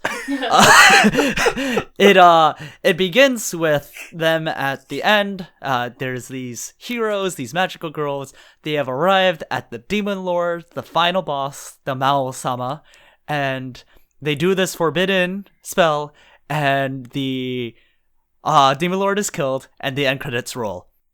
The show's over. The end. Yeah, like the literal title of the first episode is like, isn't it a little early to roll the end credits? But that's what happens. Yeah, so that's the show. That's the entire show.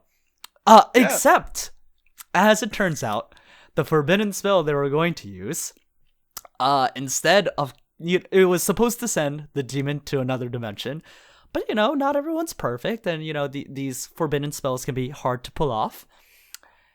And so all it did was send the demon lord back in time, and it just reset everything. And so the demon lord is now like this tiny lolly who is a teacher at an academy for adventurers and magical girls. And the group that defeated her is starting their first day there. And so the demon lord is like, ah ha ha ha ha. All I have to do is point them in the wrong way so they fuck up when they get to me, and I can win. It turns out it's a little harder than that. And so the whole thing is the teacher trying to like put the team down or like convince them not to be adventurers. Like the main girl, whose name is Yuusha, meaning hero, they're like, oh, she's like, I'm the hero, and the demon's lord's like, no, you're not the hero, like you don't have anything that could be the hero, and then sends them on. You're classless. You're literally classless. You have no designation whatsoever, and sends them on this like treasure hunt thing, and like sends them the wrong way so that they'll fail and be expelled from class. But then the hero finds the legendary hero sword, and that's how she becomes the hero. And then they go back, they find the demon lord again, they send her through the dimension, they fuck up the spell again, and it just happens over again. And then the last time, in the last episode, demon lord is just like, well, fuck. You know what, if every time I send them back, I'm just gonna die, fuck it, I'm not gonna be the demon lord this time. And that's where we've left off. And it's a charming show, and it's an original show too, no source material. It's a show unlike one that I've seen before, which is really interesting. Maz, as someone who has also seen it, from your reactions, what have you thought of it so far? I thought this was pretty fun. I liked it quite a bit. That gag in the beginning when it just says the end, I'm like, wait, what? And then the ED starts, and they have the whole credits listing everyone who worked on it. Yeah, that was amazing. I like that the teacher is basically Lolly Satania. Yeah. She's like she even has this. I actually wonder if it's the same voice actress, because she had like the exact same laugh. No, it's not the same voice actress. But it's a very, and they always like make fun of her too for having such an adorable laugh, and then she coughs on it too. Yeah, the characters in the character designs of this show are interesting. I can't tell if they're like cute or sexy, because like both at the same time. So I don't know if I'm like supposed to pull out the no lewd card, or if I'm supposed to be looking up the dojins. And lewd. But yeah, I always enjoy the RPG parody sort of show. This has a childlike tone that's similar to Magical Circle Guru. So I enjoy that a lot. I'm looking like at my notes. I don't actually have a lot written here, but they're great. Because not a lot goes on, but it's just like fun and heartwarming and cute. So I'll admit that I've only seen the first episode, and I'm not really in a hurry to watch more of this show. But I also see this being a fun enough show where it's like I will eventually finish it and probably give it like a 6 or 7 out of 10 for being nice and fun and adorable, because it is pleasant to look at. It is a good looking show.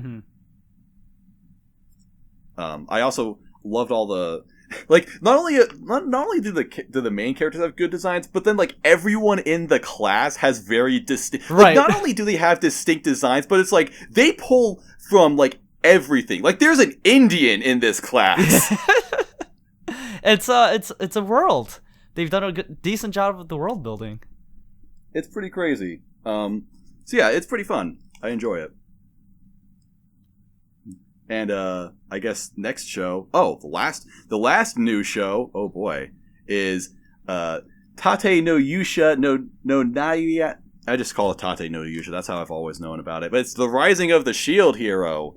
Ooh. Now this one, this is another thing that I've been hearing about for a long time. Yes. Because when ReZero was airing, there were lots of talks about like, oh, okay, ReZero got big, so what's next in line? What's going to be the next one? And lots of people were saying Death March would be the big one, but a little bit. Shield Hero was a little bit newer at the time, so it kind of needed some time to develop. But yeah, this was definitely the one that this is the isekai light novel that's been hyped up for a bit now, and yeah, this is the time to take its throne. This is the last of the anime. I guess there's one more about the new anime this season that I also read the source material for a number of years ago. Some longtime listeners and Redditors will remember Just One of Three, Jutes. Yeah. And a number of years ago, we did a mini manga contract where I had him read Double Arts, which is my favorite unfinished manga. It was originally done by the Nisekoi author, and then it was a very original, very fun action fantasy battle shonen, and then it flopped sales-wise, so then he made Nisekoi. But then Jute made me read Shield Hero. And I have to admit, back when I was watching it for the first time, I didn't think it would ever get a adaptation, honestly. Like, I knew people liked it, but it didn't feel like something that was like so popular it would get now confirmed 2-core adaptation even. Yeah. But yeah, it's isekai is here to stay. It's pretty much never going to die. So yeah, there's a lot of hype for this adaptation. Of course, 2 cores, Kinema Citrus is on this. They got Kevin Penkin doing the soundtrack for it. Seems to be a pretty good staff, I think. It's pretty cool. Yeah, it's so is anyone else watching it so far, or? Yeah, I'm watching it too. So it was another one where we heard a lot about the source material, heard some things, and then I watched it and I was like, yeah, this is actually like a pretty fun show. I'm actually really enjoying it. Probably a lot more than I thought I would, but I'm having fun watching it. I guess, like, to clear the elephant in the room, I guess, right? On the big thing. Yeah. So, like, I guess everyone knows at this point, and they're already tired of it, but a lot of people were upset. I think it was mostly source readers who had read the light novel. They were upset because the main character, he's kind of... What's a nice way of saying incel? Like Edgelord? Well, no, that's a different... This is a very specific... A Hachiman? No, a very specific type of edgelord, where they felt that he was kind of, like, promoting incel-type misogyny, like, that type of thought and attitudes, and they also didn't like the... I guess they thought it was, like, the glamorization of slavery. Those were the big two. Right. But, Right, yeah. So, like, those were the big two, and I, like, heard about that before I started the episode, and then I went and watched the episode, and I really didn't find that those attitudes really present in the adaptation. And then, like, one of my friends sent me some excerpts of the light novel where you can definitely tell that, like, okay, that is, like, it feels a bit more loaded and jaded with, like, aggression towards women. And then women, yeah. So, especially, yeah, I would say so as well with the manga, too. Like, it was a lot worse than it was in the anime. I have no idea what the hell anyone's talking about. I didn't get. Yeah, so like in the anime, you get you don't really get that, and I wouldn't have really seen it until someone sent me like the actual text of the light novel, where like I think one of the lines is like, "Yes, this thing was a woman, the same gender as that one that betrayed me." Like it's like that kind of like that, but then more of like, if she suffered, it would be like the one who betrayed me suffered, and then I can feel happiness. Like that kind of shit. Yeah. Where it's like a lot more targeted, but I didn't get that in the anime adaptation. And I think it actually makes the main character a lot more sympathetic because we can see him having general distrust for the society and everyone around him. So it doesn't feel like there's some kind of, agenda or underlying, like, none of that stuff. None of the stuff that I think people on Twitter have been complaining about. Or, like, the stuff in the light novel manga. So I think they've done a good job of expressing him as, like, a dude who's really hurt and feels betrayed, and so now he's kind of, like, turned his back on society. But it kind of really makes sense. Like, everything he's done has made sense to me. And I think that's all I can really ask for. That's fair. I have mixed opinions on this show, personally. I think that... So, I've complained a lot about how isekais are... They don't bother to really present you an interesting story about, like, a character kind of figuring out what he needs to do within his world and all. It's just wish fulfillment. So, I do appreciate how Shield Hero is fulfilling that, where it is, a character who's unlike many other isekais, like, the odds are actually stacked against him. Like, he is in a very unfavorable situation. But I actually really like his weapon, because it seems like the shield, like, it has such properties where it could actually be the best weapon if you utilize it correctly. So I think that's really cool. But mostly, okay, I don't dislike this, I guess, but I liked the show in the first part where it was just, it was just relatively normal, and it's just, you get the full situation, and the main character's weapon is kind of unusual. He seems to be the weakest. There's only one person who's really siding with him. I thought that was fine, and then they have to, like, fuck it up even further to make him, like, really suffer. And I don't know. I just wasn't into that whole plot, personally. It felt like suffering porn? Yeah, I guess so. And you think I'd be into that, but it just seemed silly to me. It just seemed really silly, especially because it seems like the main reason why, because it was obviously staged by that one Lancer guy, motherfucker. Yeah, and the king might be in on it, kind of thing. Possibly, but it seems like the reason why he did that is because he didn't understand the rules of this world. Because when he gets, like, he doesn't get, when he gets called out on it, he's like, why don't you just go back to your world, you fucking idiot, we can handle this without you, you can just leave, whatever. And then the king's like, we'd love to send you out, but we actually can't do that until you beat the waves. And then he's like, fuck! So, I don't know, I feel like maybe that would have been avoided if he just knew the rules, or if everyone understood this, but I don't know, maybe I'm reading too much into that. It just felt kind of silly. And also, actually, my bigger problem with that is that it took a long time to get to that point. Yeah, it was an hour-long first episode. That happened at like 30 minutes into the first episode, and it was like 15 minutes of this guy going on adventures with this one woman, and you knew that was going to happen. Right. Like, you knew that this woman was going to, like, it was not at all subtle. So I was just waiting for it to happen, and then it happened, and it's like, okay, kind of whatever. Although I will say the silver lining about that is that I like that the main character becomes punk after that. Where he's like, alright, fuck you guys, I'll figure it out myself. He beats the shit out of those balloons, and then he attaches them to himself, and then he goes up to that guy and then he goes up to that merchant who's like obviously trying to rip him off, and he's like, look, motherfucker, I just want a fair market price. Give me the actual price that you offer to everybody else, and I won't make this thing eat your fucking face. I like that a lot. So that was cool. And I even like how he gets a slave. Like, that's pretty fucked up, but that kind of shows like how stacked the odds are against him. And he, like, it really shows, like, what he really has to do in order to, like, he has to do this sort of thing. He has to go this far to succeed.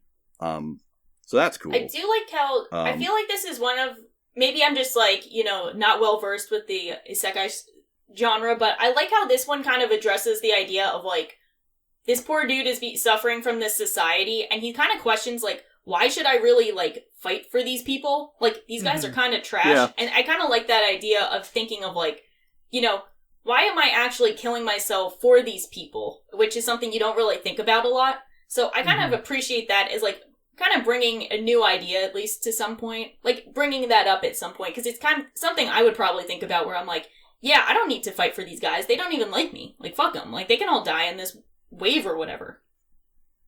I like that they're not sugarcoating this conflict, where even after he has saved this village, and they're all like, hey, thank you, Yuusha, we really appreciate you, and he's like, whatever, man, alright?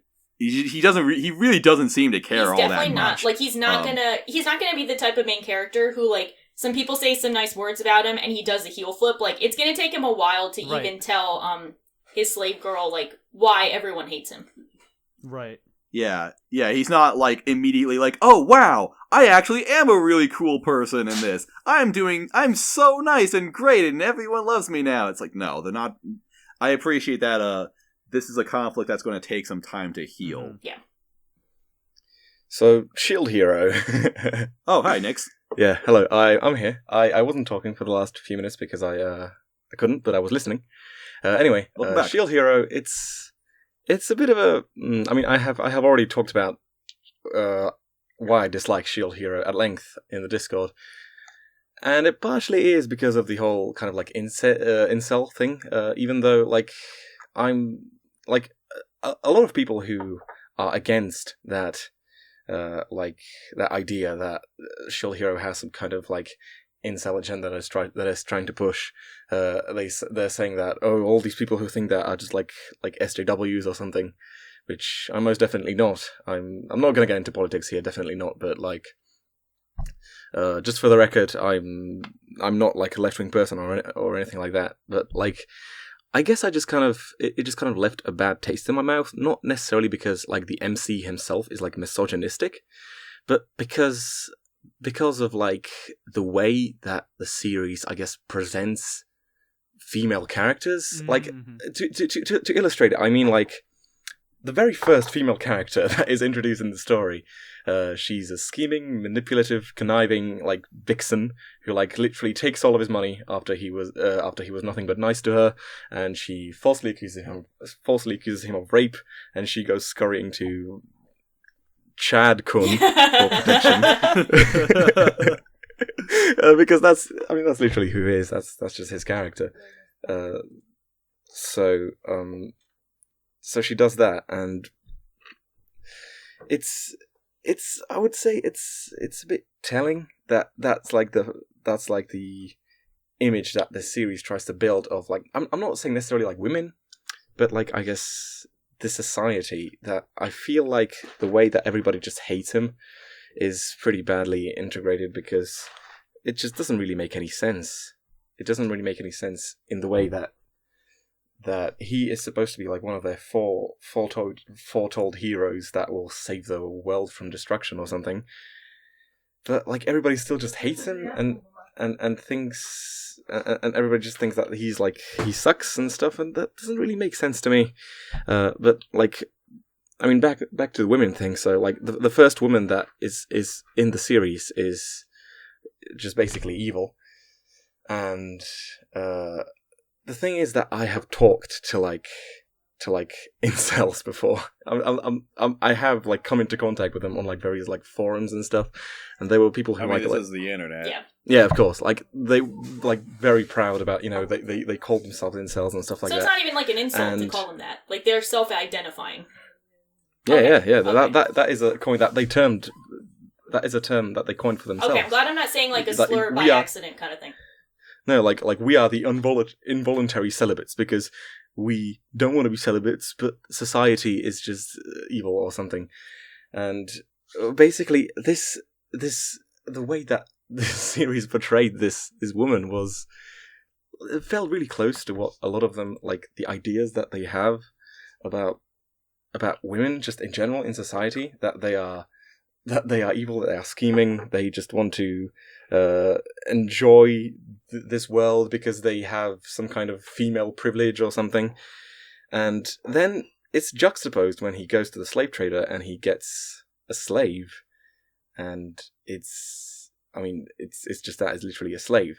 So that's a bit sus to, like, in the first place, but like the slave is like an angel. She's just the most perfect, like she's like meek and kind and obedient, and like becomes extremely loyal and just like loves him unconditionally, and she's also his slave. So it's very, I don't know, it just leaves me with a bad taste in my mouth. It's not like implicit in like what the character does or doesn't do, but it's like what the series tries to say, and it's not really helped by the fact it's not really helped either by the fact that like it's a really, like, to me anyway, it seems like a fairly like standard setting. It's just kind of I know the setting is pretty cookie cutter, like when it comes to like, you know, high fantasy sword and sorcery. So, yeah, just, I don't know, nothing in this show is really doing it for me. Some of it just doesn't make sense, like, for example, the entire society just hates the shield hero for, like, no real reason, even though it's against their best interests to hate him. Like, it's completely against their best interest to, like, because he was one of the ones that was foretold. And it just feels like, it feels really over the top and just kind of, I don't know, none of it really jives with me. Yeah, I mean, I'm not gonna, like, start throwing out some words like, like, misogynistic and stuff like that, because that's, I mean, I guess that's kind of like a buzzword at this point. It doesn't even really mean anything. I don't want to use it like it would just devalue my argument. But, I don't know, it all feels kind of... I get what you're saying. Like, it is kind of... It is a little bit corny, I guess. Yeah, it's really corny, and, like... Okay, no. I was going to say something that, like, a Source reader has told me, but I don't... I promised Smurf that I wouldn't do that because he was getting angry at me for, like, bringing up points. Called that, out. Yeah, Source readers have told me, even though that hasn't happened. And it is true that the adaptation hasn't really been as bad as a lot of people have been telling me it is, but... some of it still kind of seeps through a bit. I don't know. I don't care about the adaptation. I think that this whole nonsense with the misogyny or whatever, I think it's reading too much into it. I feel like the plot has made sense so far. Yeah, it has, even if it's a bit standard, so there's not much for me to enjoy. I think the line for me is that, like, if he was only expressing, like, negative feelings towards the female characters, then I could understand it more. But he hates everyone equally, and he feels betrayed, I think, by both the woman definitely, which is why I said it's not... Yeah. Yeah, definitely, which is why I said it's not about, like, what the character does or doesn't do, but, like, more of, like, an implication of the series itself. Yeah. I don't want to talk too much about it because I'm not really the most qualified person, but, yeah. No, I know what you mean. I think that's pretty fair. I think I don't think it's a masterpiece either. I think it's, like, been pretty interesting, but I think you have some, like, really valid complaints for it. So, I think it's kind of fair. I think it's, like, if you're into it, like, check it out kind of thing, but I don't know if I'd call it a must-watch,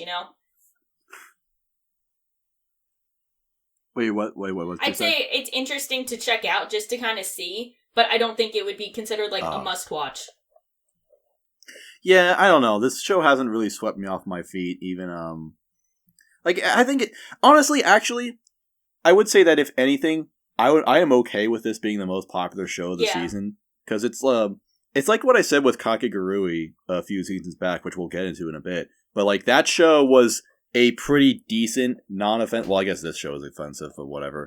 But I thought it was a fine, non-offensive, pretty decent, fun 6 out of 10 show. And that's kind of the impression I have from this, where it's like, it does some good things, some other things not so well. But I'm fine with this being the most popular show, even among a season with really, really hard hitters. Yeah, I think it's also, like, I can understand the appeal for this one, maybe more so than other isekai shows. So I kind of, like, get it more, So even if it's not my number one of the season, I can understand why other people hold it in such high regard.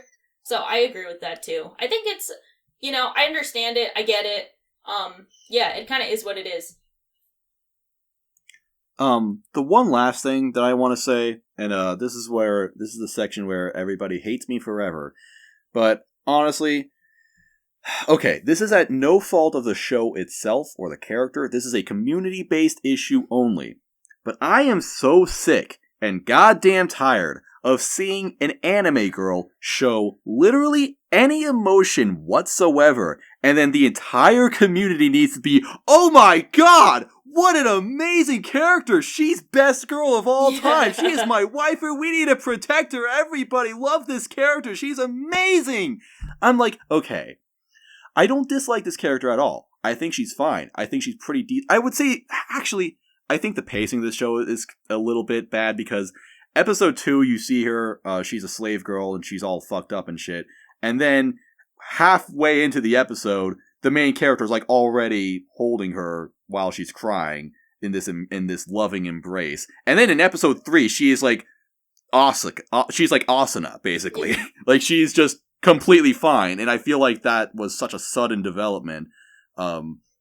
But more importantly, I don't know. I just feel like people will praise this character as if she's like the best character that has ever been created, and she's not bad, but she's like really not that amazing of a character. I think you just have to get used to that. That happens like every season. It's just the seasonal every season. Yeah, I know. I know what you mean. Like the I know community that's just what has to happens, gravitate to one character just- every season that they can just worship. Like last season was Mai from Bunny Girl Senpai, and this Yeah. season it's Raphtalia. So, Yeah, and I mean, she's like the 02 of this season. We'll find out if people remember her in a year.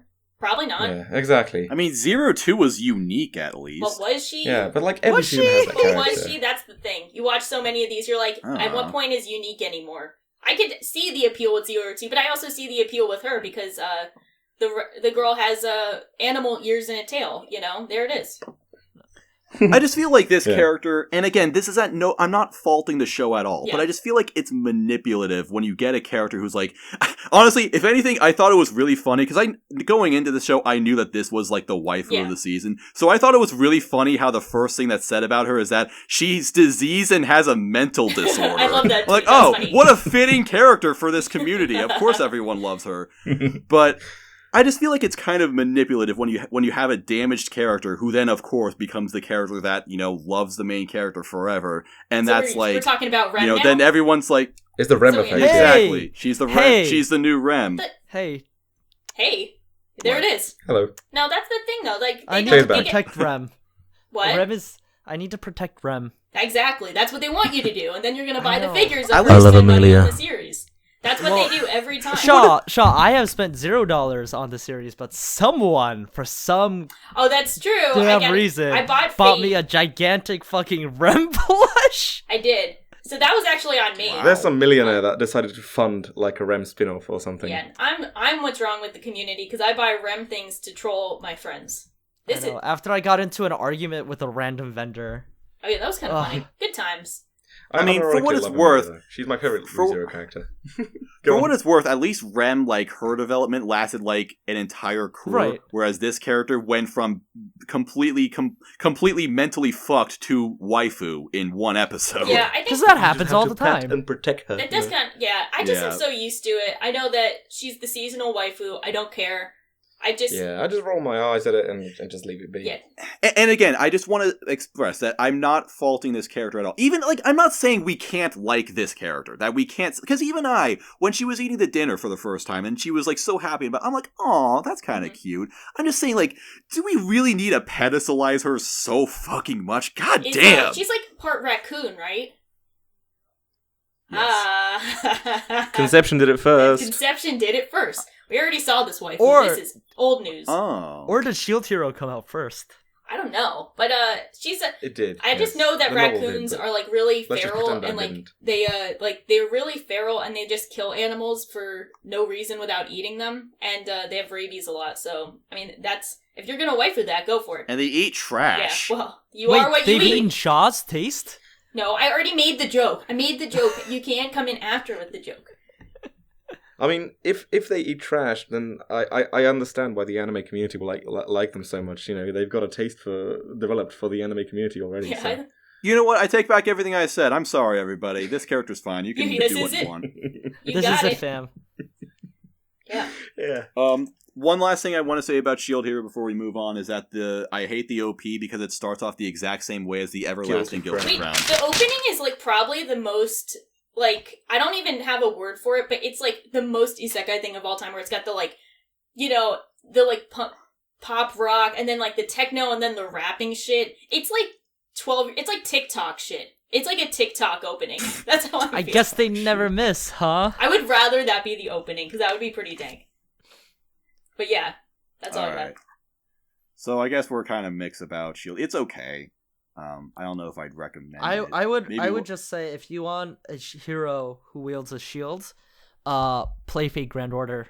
So, yeah, there we go. Or you could play Kingdom. You could play the first Kingdom Hearts game and not pick the shield because no one picks the No one fucking picks the shield. Wait, can you pick a I shield? wanted to make that joke. And The shield is cool, honestly. I don't understand why everybody hates. Like, Wait, you can have a shield. shield Like, in for Kingdom example- Hearts? I thought you Well, just had the you- Keyblade. Well, it's a long story. I don't know about Kingdom Hearts. I don't know anything about Kingdom Hearts, but just that but just like the concept of like having a shield, like that's cool. I like imagining it. I like imagining him as like the core of the team, like Reinhardt in Overwatch. Yeah. Oh, as a Rhine main, I I sympathize don't with even that. play Overwatch. I don't like Overwatch that much, but like that's just kind of the image I Yeah. have when like a shield. And hero also is, like you know- Captain America is the best of the Yeah, core sure. MCU. He, So, he does have honestly. the best. He rocks shields better than anyone else, so I respect it. He's also got We're the talking about Doritos body shape. shields But now. anyway, that's This is a Shield podcast. hey, Rising of the The Shield. R pod. anime shield cast. Hey. Okay, everybody, listen. All right, Shields, whatever. I don't fucking care. All right, this is a monumental day or moment in human history because it has finally happened. The new original anime by Studio Gohan's W's! God hands. And it's okay. I It's- need to walk you through this, guys, because this is a sort of meme that sort of predates my presence on the podcast. So I'm a huge fan of Mirai Nikki. I saw it in 2014. It was one of my favorite shows. It actually was my favorite show at the time. I don't really know why. I just really loved it. Flash forward to 2016, I find out that the mangaka has another series, and it's getting an anime adaptation called Big Order. And I see this, and I'm thinking, oh, cool. It's going to be another Mirai Nikki. I'm going to get Mirai Nikki again. It's going to be stupid. It's going to be terrible, but I'm going to love it. It's going to be great. And so I watch it, and it is so much more than I had asked for. Like, it's not Mirai Nikki. It is something that transcends this realm. And it is an absolute masterpiece. And I knew from that day on, it was my life duty from God, my mission from God, to spread the word of our good Lord, Big Order. So, few months later, this new anime called Handshakers is coming out, and I hear about it, I read the synopsis, and it's literally the exact same thing as Mirai Nikki. Like, 12 people, they have to fight to the death, and the winner gets to meet God. Like, wow, amazing. I'm going to get another Mirai Nikki. Fantastic. And it turns out that this show has so many parallels to Big Order. It's the second coming of Big Order, and I'm so excited. And once again, it's back. My mission is not yet complete. I need to spread the good word of Handshakers to the world. Handshakers is an amazing anime that everybody needs to see. And so, of course, 2018 comes around, and Gohans announces that they have a new show coming out called W's. And it seems that this is a completely new thing, although it, of course, I mean, it has some, like, some sort of similar looking characters to Handshakers, but so does K as well. I'm just basically joking around that basically this show is going to be Handshakers too, because why not? But otherwise, there's nothing that actually suggests that it's Handshakers too. Like none of the Handshakers characters are on the poster as far as I can tell. Nothing within the synopsis says that it's Handshakers. The trailers and everything, nothing at all says that this show has anything to do with Handshakers. It seems to be a completely original show, a brand new IP. And then the show comes out, and the show literally up and fucking says that it's Handshakers 2! It's back, everybody! The greatest anime of all time! Yes! W's! 10 years after the original event of Handshakers. You might be thinking to yourself, maybe it's not necessarily a sequel, but maybe a spiritual successor or a spin-off. Like, it's it's not directly related, but it takes place in the same universe and has the same rules and mechanics, because that'd be fine. No, this is the main character is the son of two of the characters in Handshakers. The characters of Handshakers, they all show up and they have to explain the plot. It's literally the sequel, and it's amazing. Again, I cannot stress this enough. Nothing was said about this show that there was never any mention that this had anything to do with Handshakers when this show was coming out. Nobody knew about this. It came out of complete fucking nowhere. The fact that, because honestly, if we were to be completely honest, Handshakers is not a very popular series. It's not a very well-liked series. These people must have known that if they came out the gate and said that this is Handshakers 2, of course people are going to be of course people are they're not gonna watch it. Why would they want to watch that? So of course people are gonna still watch this because they're thinking, well, maybe Gohans will do something right this time. And no, they literally tricked everybody into watching They literally tricked people. It's like, they like infiltrated you. Like they put a disguise on this show. And all I can think about this, the one word that comes to mind when I think about this whole context about how this show was rolled out, there's just one word that I can describe this. Villainy.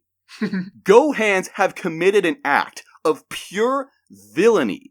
They made a sequel to an anime that nobody wanted, that nobody likes.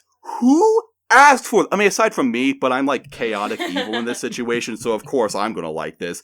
But who gave them permission to do this? Who is allowing them to do the things that they are doing? The fact that they just tricked everybody to do this. That is the most amazing thing I have ever seen. Say what you will about Handshakers. Say what you will about this show. The fact that they have made such a bold move with this, I cannot help but applaud them. This is the most amazing thing that has ever fucking happened. And by the way, this show is a 10 out of 10 masterpiece. Remember, kids, there is no Baccano Season 2. There is no Hyoka Season 2. There is no ReZero Season 2. There is no Spice and Wolf Season 3. There is no Game No Life Season 2. There is no Haruhi Season 3. There is no Bleach Season 2. There is no Nichijou Season 2. There is no Gakugurashi Season 2. There is no Tiger and Bunny Season 2. But now we have a Handshakers Season 2. Season 2. I think maybe, if there's anything to be learned about this, number one, everybody, please don't underestimate me. Please stop fucking with me. You all laugh. You all laugh at the shows that I like, alright? You all like, look at Lux. He likes Josh and Chan Dropkick. Lux, that show's so garbage. No one likes Josh and Chan Dropkick. Well, guess who's getting sequels, motherfucker? I'm at the top of the game right now. And you can all sit there with your shows that will never ever get continuations. You can all fuck off. But maybe, there is hope. Maybe if Handshakers can get a season 2, then your show can get a season 2 as well. Maybe if you're nice. Maybe if you really, really worship the shows that you like, really appreciate them, spread the good word. I don't know. I'm just saying, I'm a man of God, and I think that God has come down to reward me with W's. It's amazing. It's an absolutely blissful experience, and I could not be happier with it. It's a 10 out of 10. Taking the W on this one. I have to say, I stayed up yesterday, or I guess today, until 4 a.m. to watch Handshakers. I binged all of Handshakers just so I could be up to date with W's or with. It has like a pronunciation thing in the logo, and it's apparently with which doesn't make any sense at all. But yeah, whatever. So I watched all of Handshakers, and this series was an experience for sure.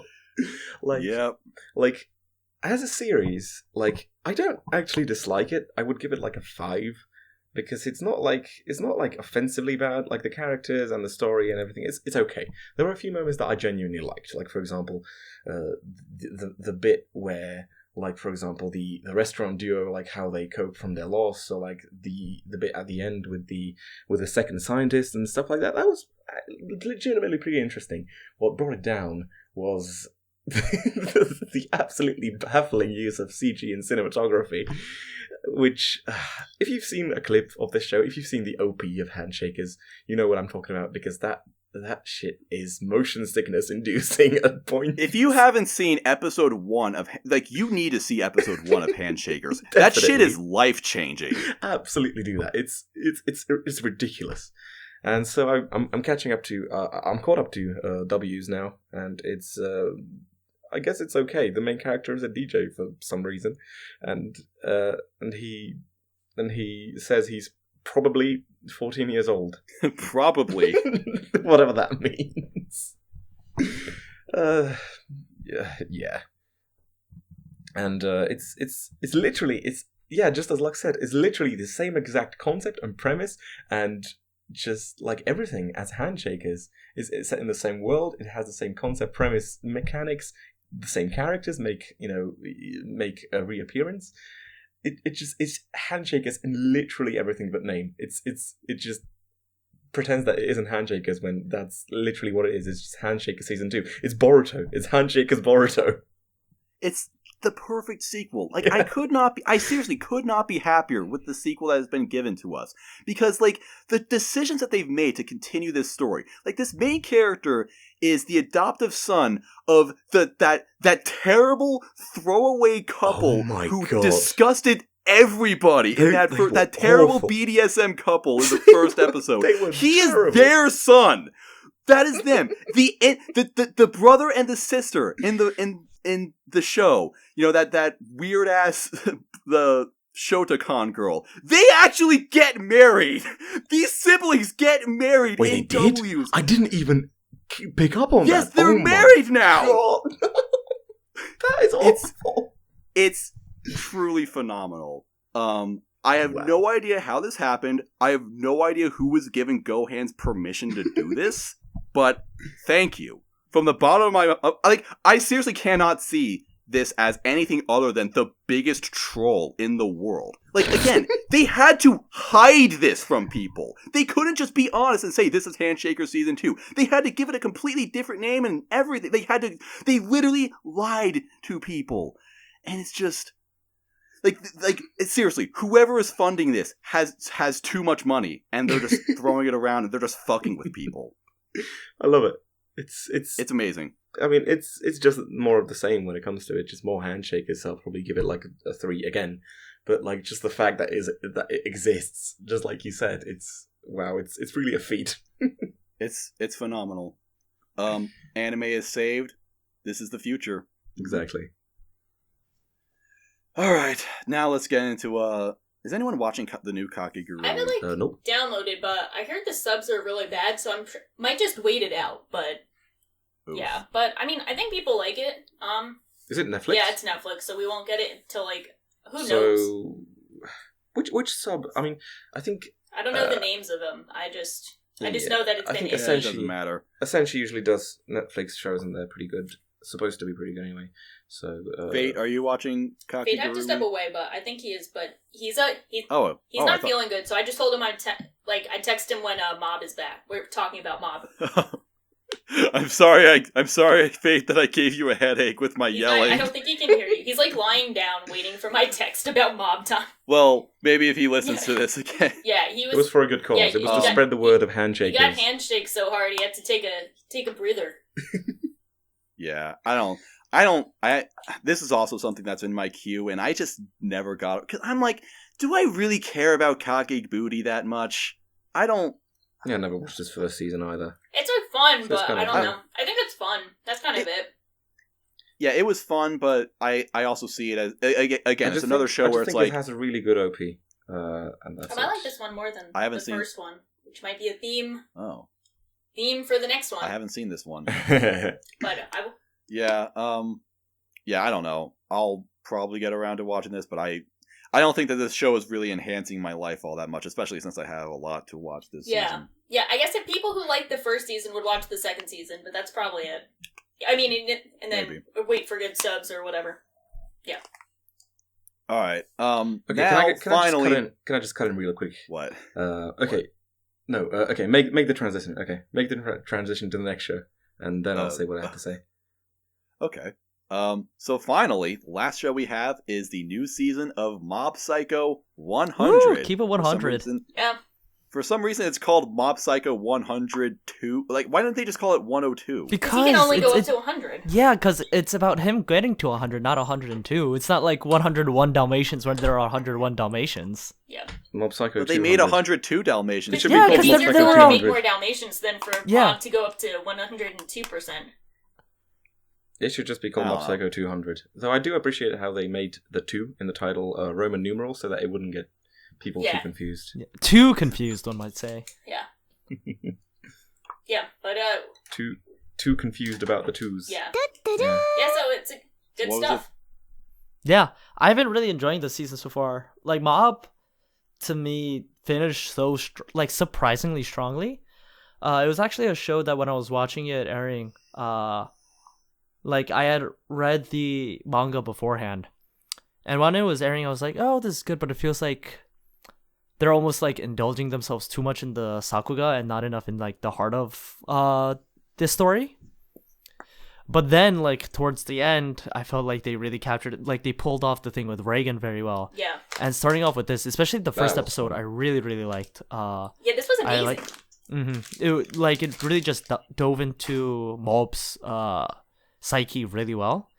Psyche. And, like, his mentality. And, like, the next 2 episodes after that have been really exploring Mob as a person who has to straddle this line. And so immediately, instead of like season 1 where like the first 6-7 episodes it's like, oh, like Mob is really powerful, wow, he's super powerful, wow, it's like starting off the bat with season 2 just like, okay, so like there are all these things that Mob has to deal with. How is he going to deal with them given the many gifts that he has?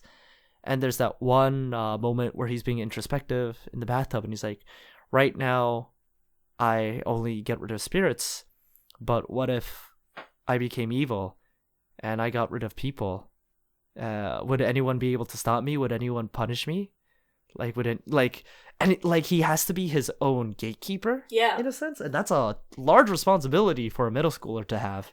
It was really interesting because I kind of had a similar experience where I was kind of lukewarm on like the first half of Mob Psycho season 2, and then I really liked the second half. And I feel like Mob Psycho season 1. Season 1, yeah, we're not at the second half of season 2. Woof. But so I like the second half of season 1 a lot, and then that's kind of carried over into season 2, where I feel like we're getting a lot more from the characters. Mob is always like a really interesting character because he's such a like soft-spoken, like kind kid who has like all these immense powers, but he doesn't really have an ego or anything. And then it's interesting to see how he reacts with everyone around him. Like, I think in episode 3, he's like getting picked on by some bullies, and then they have like everyone comes out of the woodwork to defend him, but they're also like, Mob, you can take this guy, like you should stand up for yourself. And then we see what would be the ramifications of Mob standing up for himself, you know? So it asks a lot of really interesting questions, and I think it's really building up to some interesting things beyond the exciting Sakuga, which is still very much present in season 2, but it's kind of complementary instead of like taking over. Yes. Yeah, I liked season 1 of Mob Psycho. I thought it was pretty good. I thought sometimes it wasn't really sure on its own tone.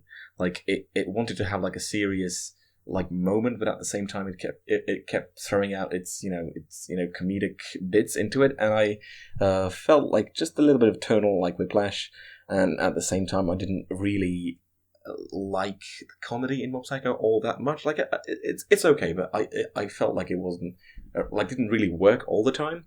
So I give it a 7. It's still pretty good. The Sakura is amazing, and season 2, I think right out of the gate, I don't know why, but I just I can't put my finger on it, but I feel like it's a lot better. Like just as you said, that the focus, the bigger focus on Mob as a character is definitely helping it. And because there is some pretty interesting things, like how he was genuinely afraid of what's happening out there. Like how he was genuinely afraid of like exercising the family in that haunted house. Yeah. Like, you know, how they are, like, they may be like ghosts, but they're still just, you know, a family, and they just want to, you know, live a happy life, even if, like, I guess they're not going to live a happy life because they're already dead, but, like, they want to make the most out of what they still have. So that was pretty harrowing and cool, and the bit with him, like, getting a girlfriend, kind of, but not really, but that was pretty cool as well. And, yeah, Mob Psycho 200 looks to be pretty good. I like it. Yeah, I mean, like, the part about Mob that I really like is that there are some shows that will remain nameless by Bones that use the Sakuga to just, like, hype up fights, but then there's, like, no real emotion behind them. You're talking about Shiryuki Hime, aren't you, buddy? Ah, damn it, how did you know? Dude, Akagami no Shiryuki Hime is great. And is it by Bones, or I thought it was by JC Staff? All those blood-pumping fights in Akagami no Shiryuki Hime. Ooh, really gets the adrenaline going. No, but like when they had the father, as you mentioned, of that of the family, like turn into this ghoulish thing. I was like, holy crap, that's like so fluid, like such great animation. And then like he just comes back and then he bows for forgiveness. Like, I could not do this. And I was like, oh my god, like talk about utilizing the medium to its full extent. And at that point, even though he can't see them, Reagan just knew that, okay, I'm just not doing this anymore. And he threw the salt at those college fuckers, and they just like Reagan's Reagan Mom and Dimple too. Like Dimple is really interesting, and I almost forgot about him completely until this season, where like he's done like some big stuff so far. It's an interesting dynamic between all of them when you think about like, so Dimple's like this evil spirit who is just like really, I guess he's either intimidated or he's really attached to Mob, probably both. Reagan is a con man who's like looking out for Mob in a way that most people aren't. And Mob is like this most powerful Esper who could do anything, but he's just this shy kid who wants to, get his crush to notice him, It's like very interesting dynamics and character setups between all of them. So they all complement each other really well. I want to see more of Ritsu as well. Ritsu was great too in season 1. So it's it's very interesting in how they craft these characters. Because they're all flawed. Like none of them, these aren't like character types or tropes that we usually expect from anime. Yeah. Like you don't usually, and like especially not in a good person role, or like a good guy role. And like Reagan is like the only person who seems to like really care about what Mob wants and what Mob can do. At the same time, he's like totally exploiting Mob for his own personal gain. Both. Like Reagan can be a scummy con man and also look out for Mob at the same time, which is cool to see. Can I just say I really love Reagan's website. Oh yeah, the website. That is just such a perfect encapsulation of like all those shitty like GeoCities and whatever. Right. Angel Fire. It's so good. Yeah. that gave me a good chuckle. It gives me a good chuckle every time I see it. I really, really like this show. I'm a source reader for this. I'm going to refrain from saying what happens, but what's so great about Mob is that I feel like, one, the author is a really great writer where he can make these really relatable, emotional stories. And his art isn't amazing, but they it's enough to get the job done. Yeah. But it's also because it's so light on the details, the anime staff it can just take it and they can just basically have full creative freedom to do whatever they want. That's one of the best like uses of like the art style that I've ever seen, because like when you look at one's drawing, you're like, what the hell is this? Like, it already speaks volumes that something that looks like that can be so popular. It speaks volumes about his writing, that it can be so engaging. But then that an anime staff can take that and just transform it into something incredible. Like this anime is just a playground for all these different various, like they could just bring out so many different unique talents, like that one person who does the oil paintings, and it's just, it really is amazing to see that they really just visualize this in the best possible way. And I just loved episode 1 so much. Not specifically, like, I mean, its plot and all was handled so well, but I just feel like because it just told a good story and was visualized so well, I just felt like this was such a great episode of anime. Like, not Mob specifically, not any particular anime, just anime is really cool, man. It's one of those, like, a really good episode of television. You could just show it to anyone, too. Like, it doesn't, like, really require that much of a knowledge of Mob Psycho 100. And, like, it's one of those things that speaks about the medium. Like, you can, if anyone's like, why are you watching anime? You could just show them that, and you should be like, there you go. And the funny thing is that, even though I say that, Mob doesn't really look like anime. Yeah, I don't think it does either. He looks like Chicken Scratch. Excuse me, I will not take anyone slaying the Ed, Edd and Eddy Yuasa art style. The Ed, Edd and Eddy Yuasa art style. The thing is, too, because it has such a simplified character design, it's actually easier for the animators to do such, like, incredible fluid animation and fight scenes without it being so demanding. Because, like, if you have, like, really stylized character designs, it's going to take a ridiculously long time to animate and to, like, move and do fight scenes with that. Right. But because Mob Psycho 100 is so, like, simple with like its lines. Like you get these crazy smear effects, you get these crazy like you're able to do these crazy like Utapon moments and like with the cameras you can too. fuck up the background a lot. It's so simple. Yeah, it's so simple, but it can look so powerful. Mm-hmm. Like the image of like Mob when he's at 100%. That is that is like actually like incredible, and you wouldn't think that something that like powerful can come from a series that normally looks like, as you said, it's kind of like chicken scratch. But I appreciate it. It's really good. Uh-huh. So if you haven't seen season 1, definitely watch season 1 and then catch up on season 2. I want to say I will have to go soon, and given that we are at the end of our list, I just want to do a few rapid fire mentions of stuff that I wanted to say before I go off. Okay. So number 1, I'm watching the Kouya no Kotobuki Hikoutai show this season, which is like one of the airplane shows. The other one is Girly Air Force, which I'm not watching. This one is cool. It's unusual in the way that it uses 3D and 2D animation of characters at the same time. Mm-hmm. Yeah, it's definitely very jarring.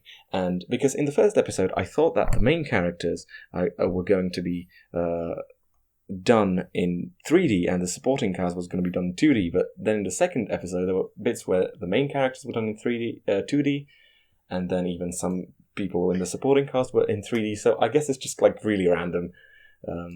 Anyway, it's pretty cool. It's about dogfights. And sometimes I can't quite tell what's going on in those dogfights, but it's pretty interesting nonetheless. And the second thing I wanted to say is that there's a continuing show called Run with the Wind, which I really like, and not enough people are watching it. It's really good. It's a drama, but it's like a sports themed drama. It's not a sports show, but it's like a drama that uses a sport as a vessel, like Ping Pong the animation kind of.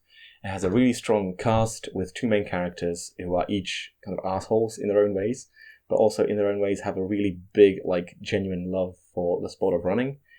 And it's a really good and heartwarming show. Not enough people are watching it.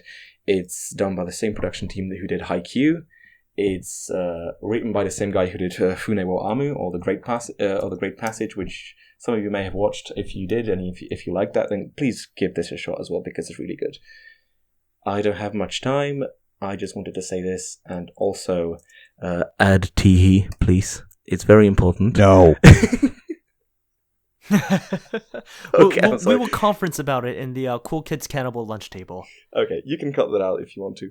Anyway, this is I'll have to cut it a bit loose now, so I guess I'll listen to the rest of this when the podcast. Well, I think we're done. Yeah, we're about done. Like we should be. So I think we're done. Yeah, but like any of you can still say kind of like your own closing statements, because I don't want to rob you of that opportunity. all right, now that Nix is gone, let's talk shit about how Nix is a fucking piece of shit.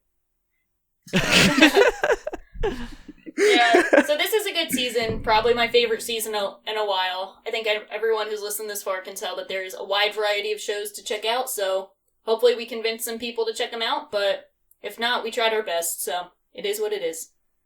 Thank you all for listening to us until the end. Okay, cool. I guess I kind of...